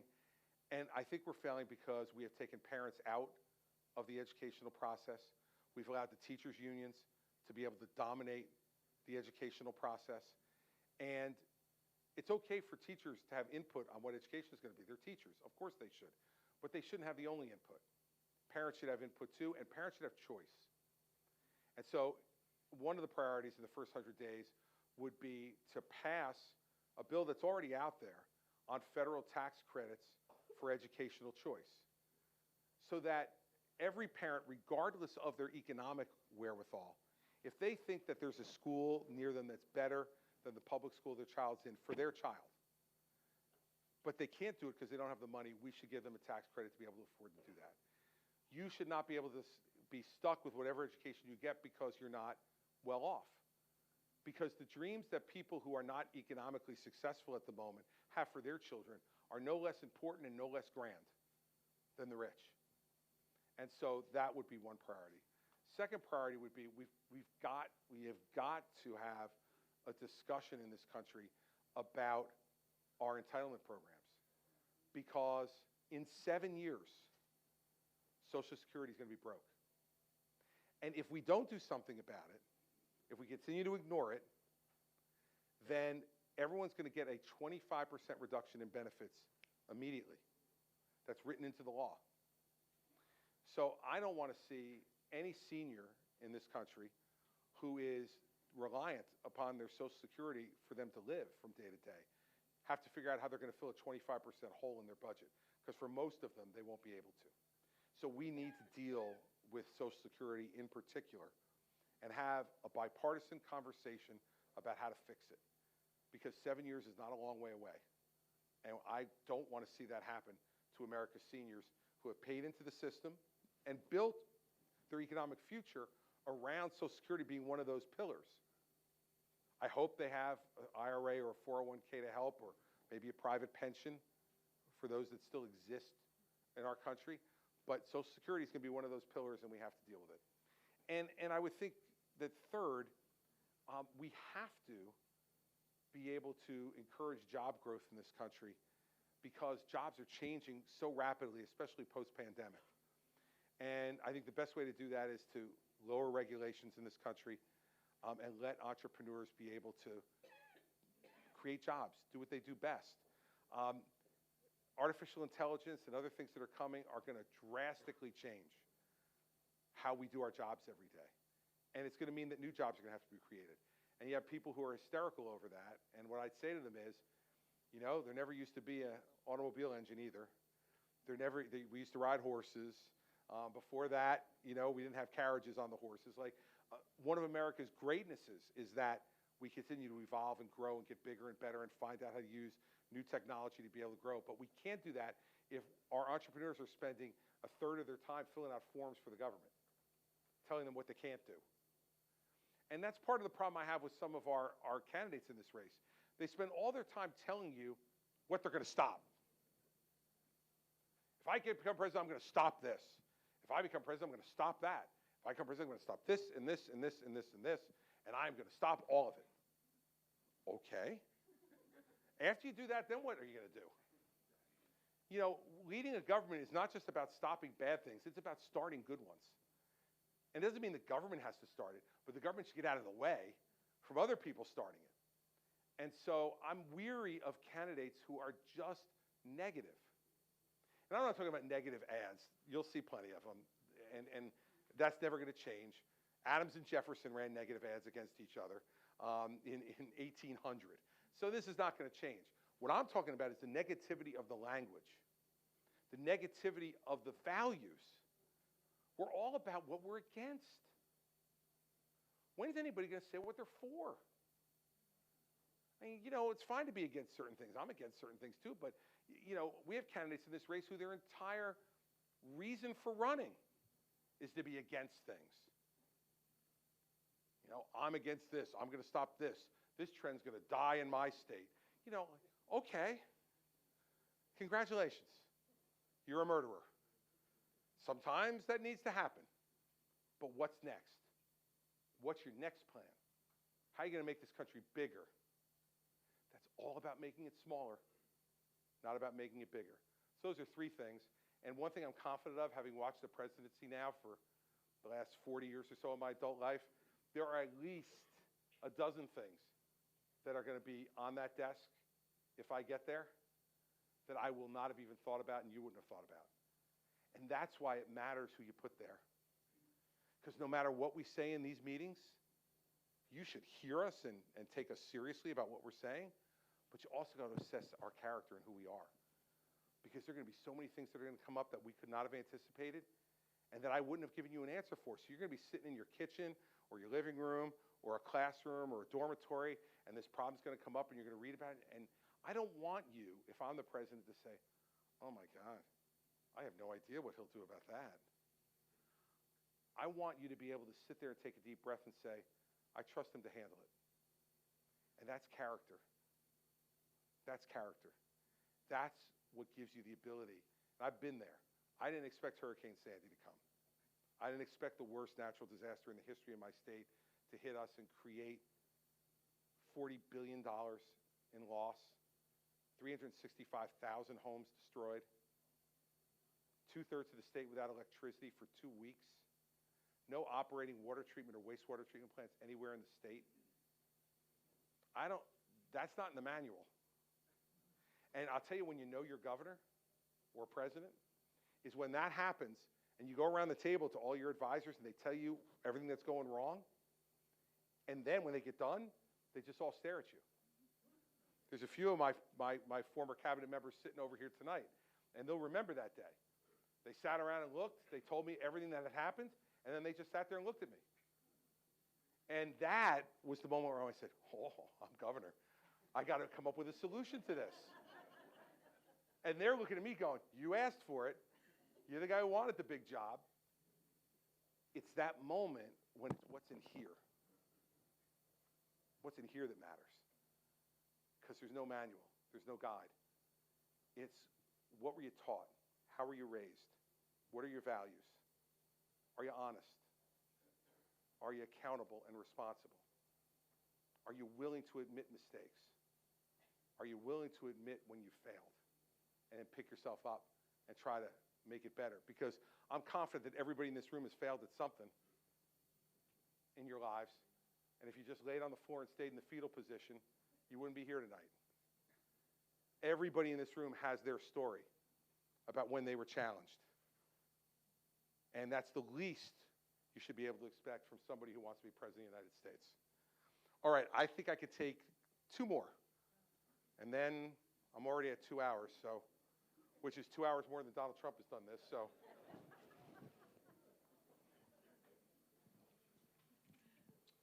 Good evening, Governor. Thank you for being here. My name is Andrew Moore from Tamworth, New Hampshire. Earlier in your speech, you talked about mistakes you made throughout public service and throughout your life. What would you say, your biggest mistake has been, through your time in public service, and what have you done in order to, avoid those mistakes in the future? Well, thank goodness that you just restricted that to public service, because now I don't have to. So now I have to admit another mistake that I made to Mary Pat. That's good. It's a relief. Look, the biggest mistake I made in public life was that I put a few people into a position of authority at the Port Authority of New York and New Jersey who went on a frolicking detour to divert traffic off the George Washington Bridge. without telling me, without me knowing anything about it. They used my power and my authority to play a fraternity prank. And it cost me a lot. It cost me credibility. It humiliated me publicly. And I should have never put those people in that position. It's the biggest mistake I made. And, you know, those people didn't commit a crime, because being stupid in America is still not a crime. But let me tell you, they tried to send them to jail for it, and the Supreme Court overturned it and said it's not a crime. Stupidity is not a crime. But it was a mistake on my part. I didn't see who they really were. And I've got to be responsible for that. I could have never guessed, I will tell you, it was the biggest shock of my public life that any of those people would have done what they did. But you're accountable. They acted in my name, and I put them there. And it was the biggest mistake I made. And it cost me credibility with my people. It cost me humiliation with people that I love and care about, who counted on me to be better. And so what I learned from it is, measure twice, cut once on personnel. Personnel is policy. More than anything else, personnel is policy. The people you pick, you must completely trust. It doesn't mean you won't make a mistake, but you probably won't make one as grave as that. And so it was a mistake. And I've said I was sorry for it at the time, but I think now it's 10 years ago, believe it or not.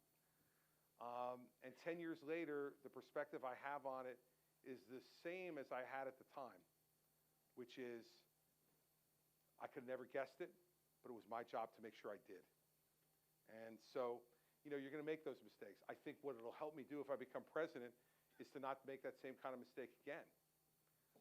And to really not take any position of authority that you give to someone else lightly. Because believe me, I didn't supervise these people every day. They were off in New York City doing their work. I'm down in Trenton. I didn't see them. But you know what? They were acting in my name. So I got to be held accountable for that. And I can guarantee you I was in a significant way. So that's probably the biggest one. All right, last one. Let's go to this guy right here. Thank you, Governor. I've been waiting for this one. All right.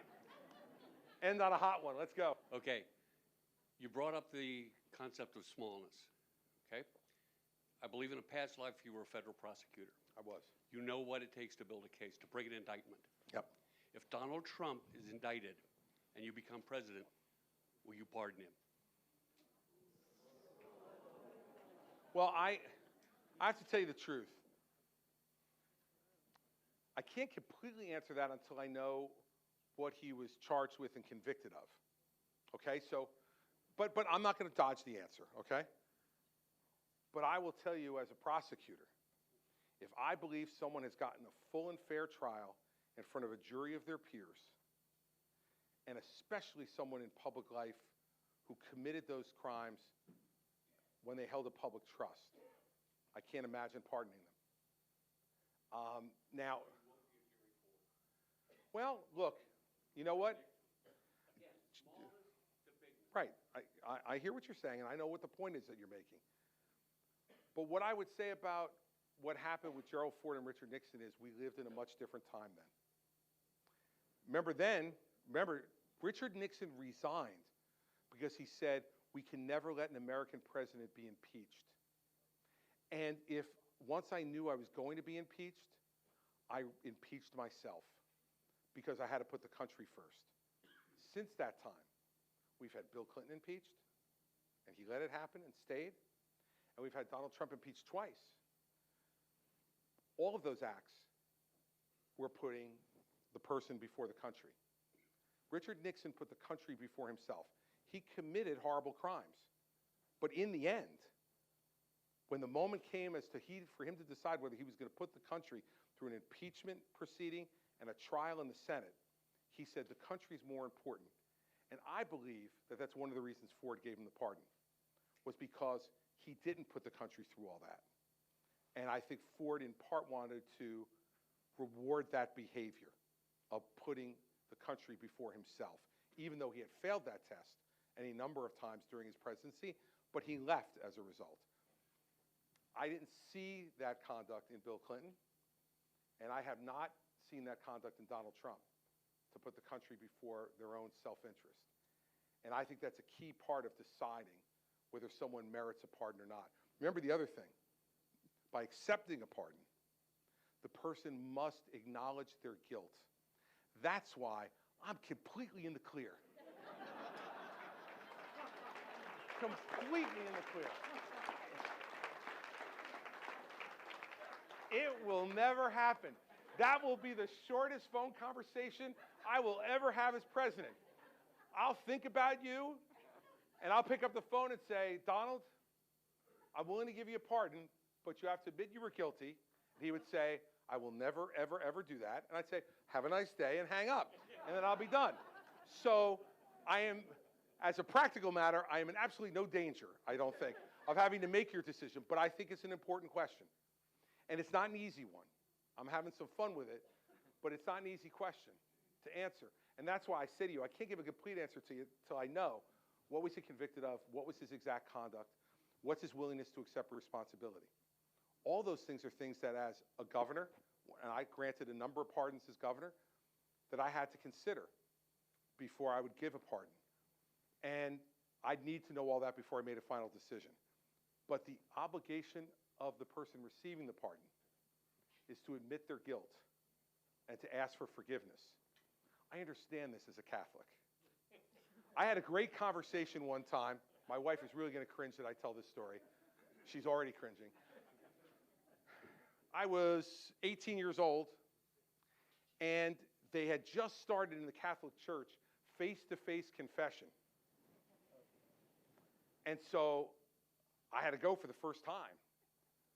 Not in the booth, not with the screen, not with any even pretense of anonymity. I'm now sitting across from my parish priest having to confess. So I went through the normal stuff, which you can imagine I would have to confess. Took the Lord's name in vain, spoke disrespectfully to my mother and father, wasn't kind to my brother, who's here tonight also. I confessed all those things.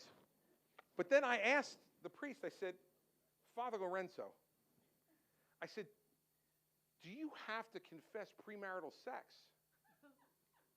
And Father Lorenzo looked at me and he said, only if you're truly sorry for it.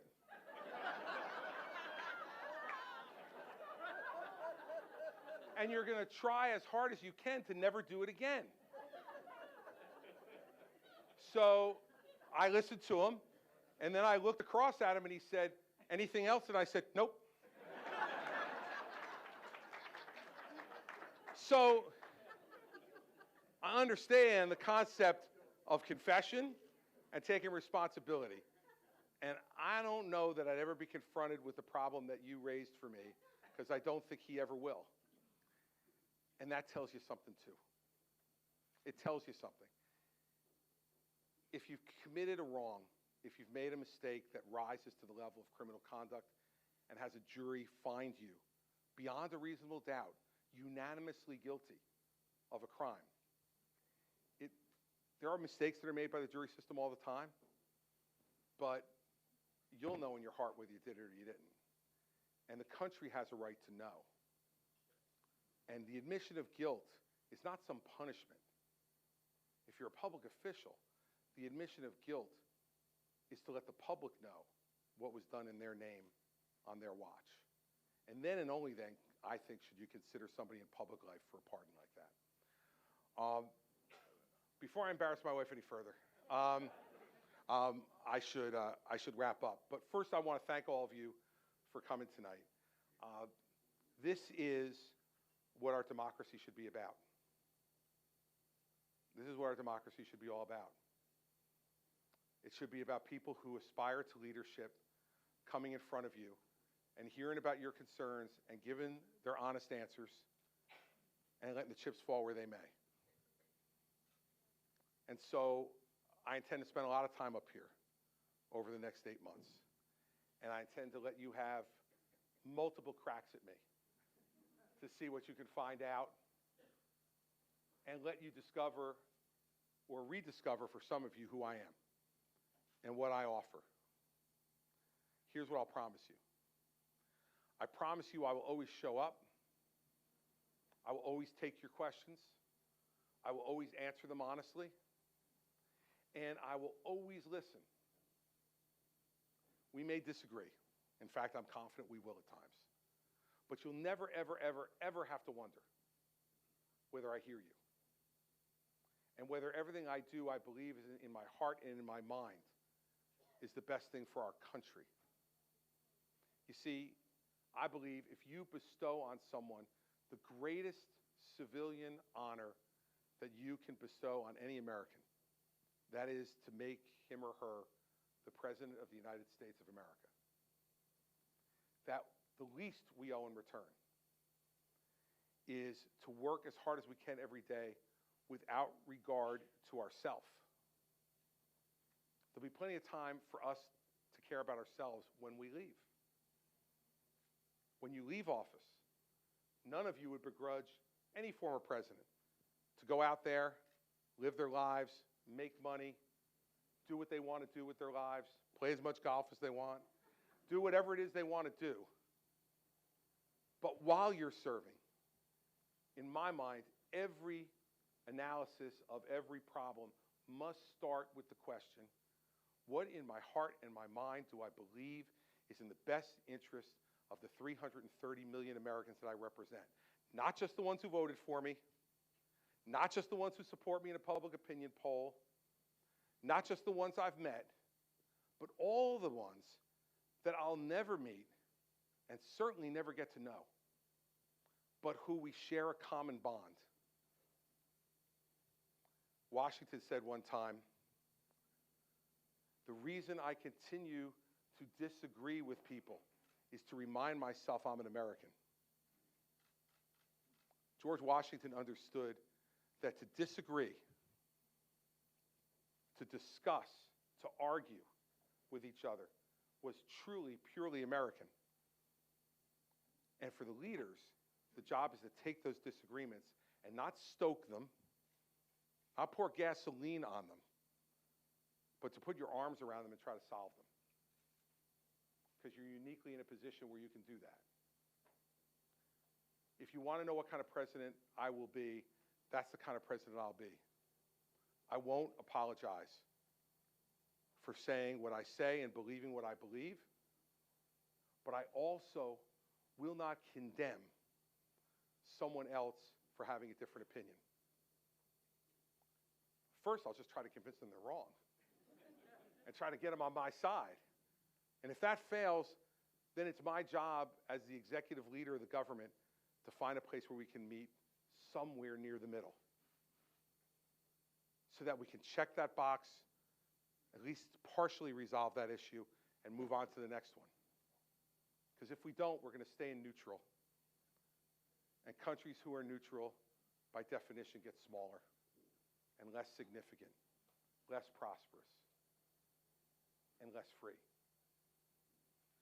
So I know that with all the cameras, you guys, the reporters, the coverage, and all the rest of it, it can seem like this is a TV show. It's not. It's time for us to stop believing that somebody who acts on a TV show is qualified to be President of the United States. These are real problems that real serious people need to solve by putting your interests first, not their own.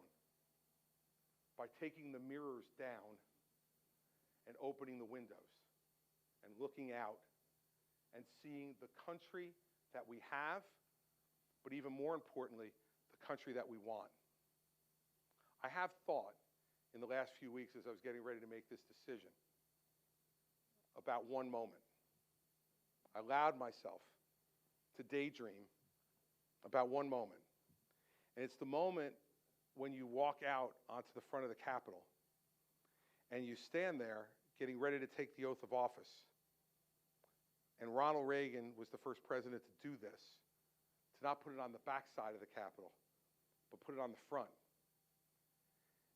And when you look out, you see the National Mall, the Washington Monument, the Lincoln Memorial, and the Jefferson Memorial. I've thought about that moment, and what I've hoped for is that if I ever get the chance to do that, that looking out at the monuments to those great Americans, that if I have any moment of smallness, of pettiness, of self-aggrandizement or self-consumption, that I remind myself of that view, and that Washington and Lincoln and Jefferson, among others, did not put themselves first. They put this country first. And that's why we're sitting here tonight in Manchester, the richest, freest, happiest people the world has ever seen. That will be what I'll try to be for you if you give me the chance, and the way I will live every day of the presidency if you give me the honor and privilege to lead you. So thanks for coming tonight. I appreciate it.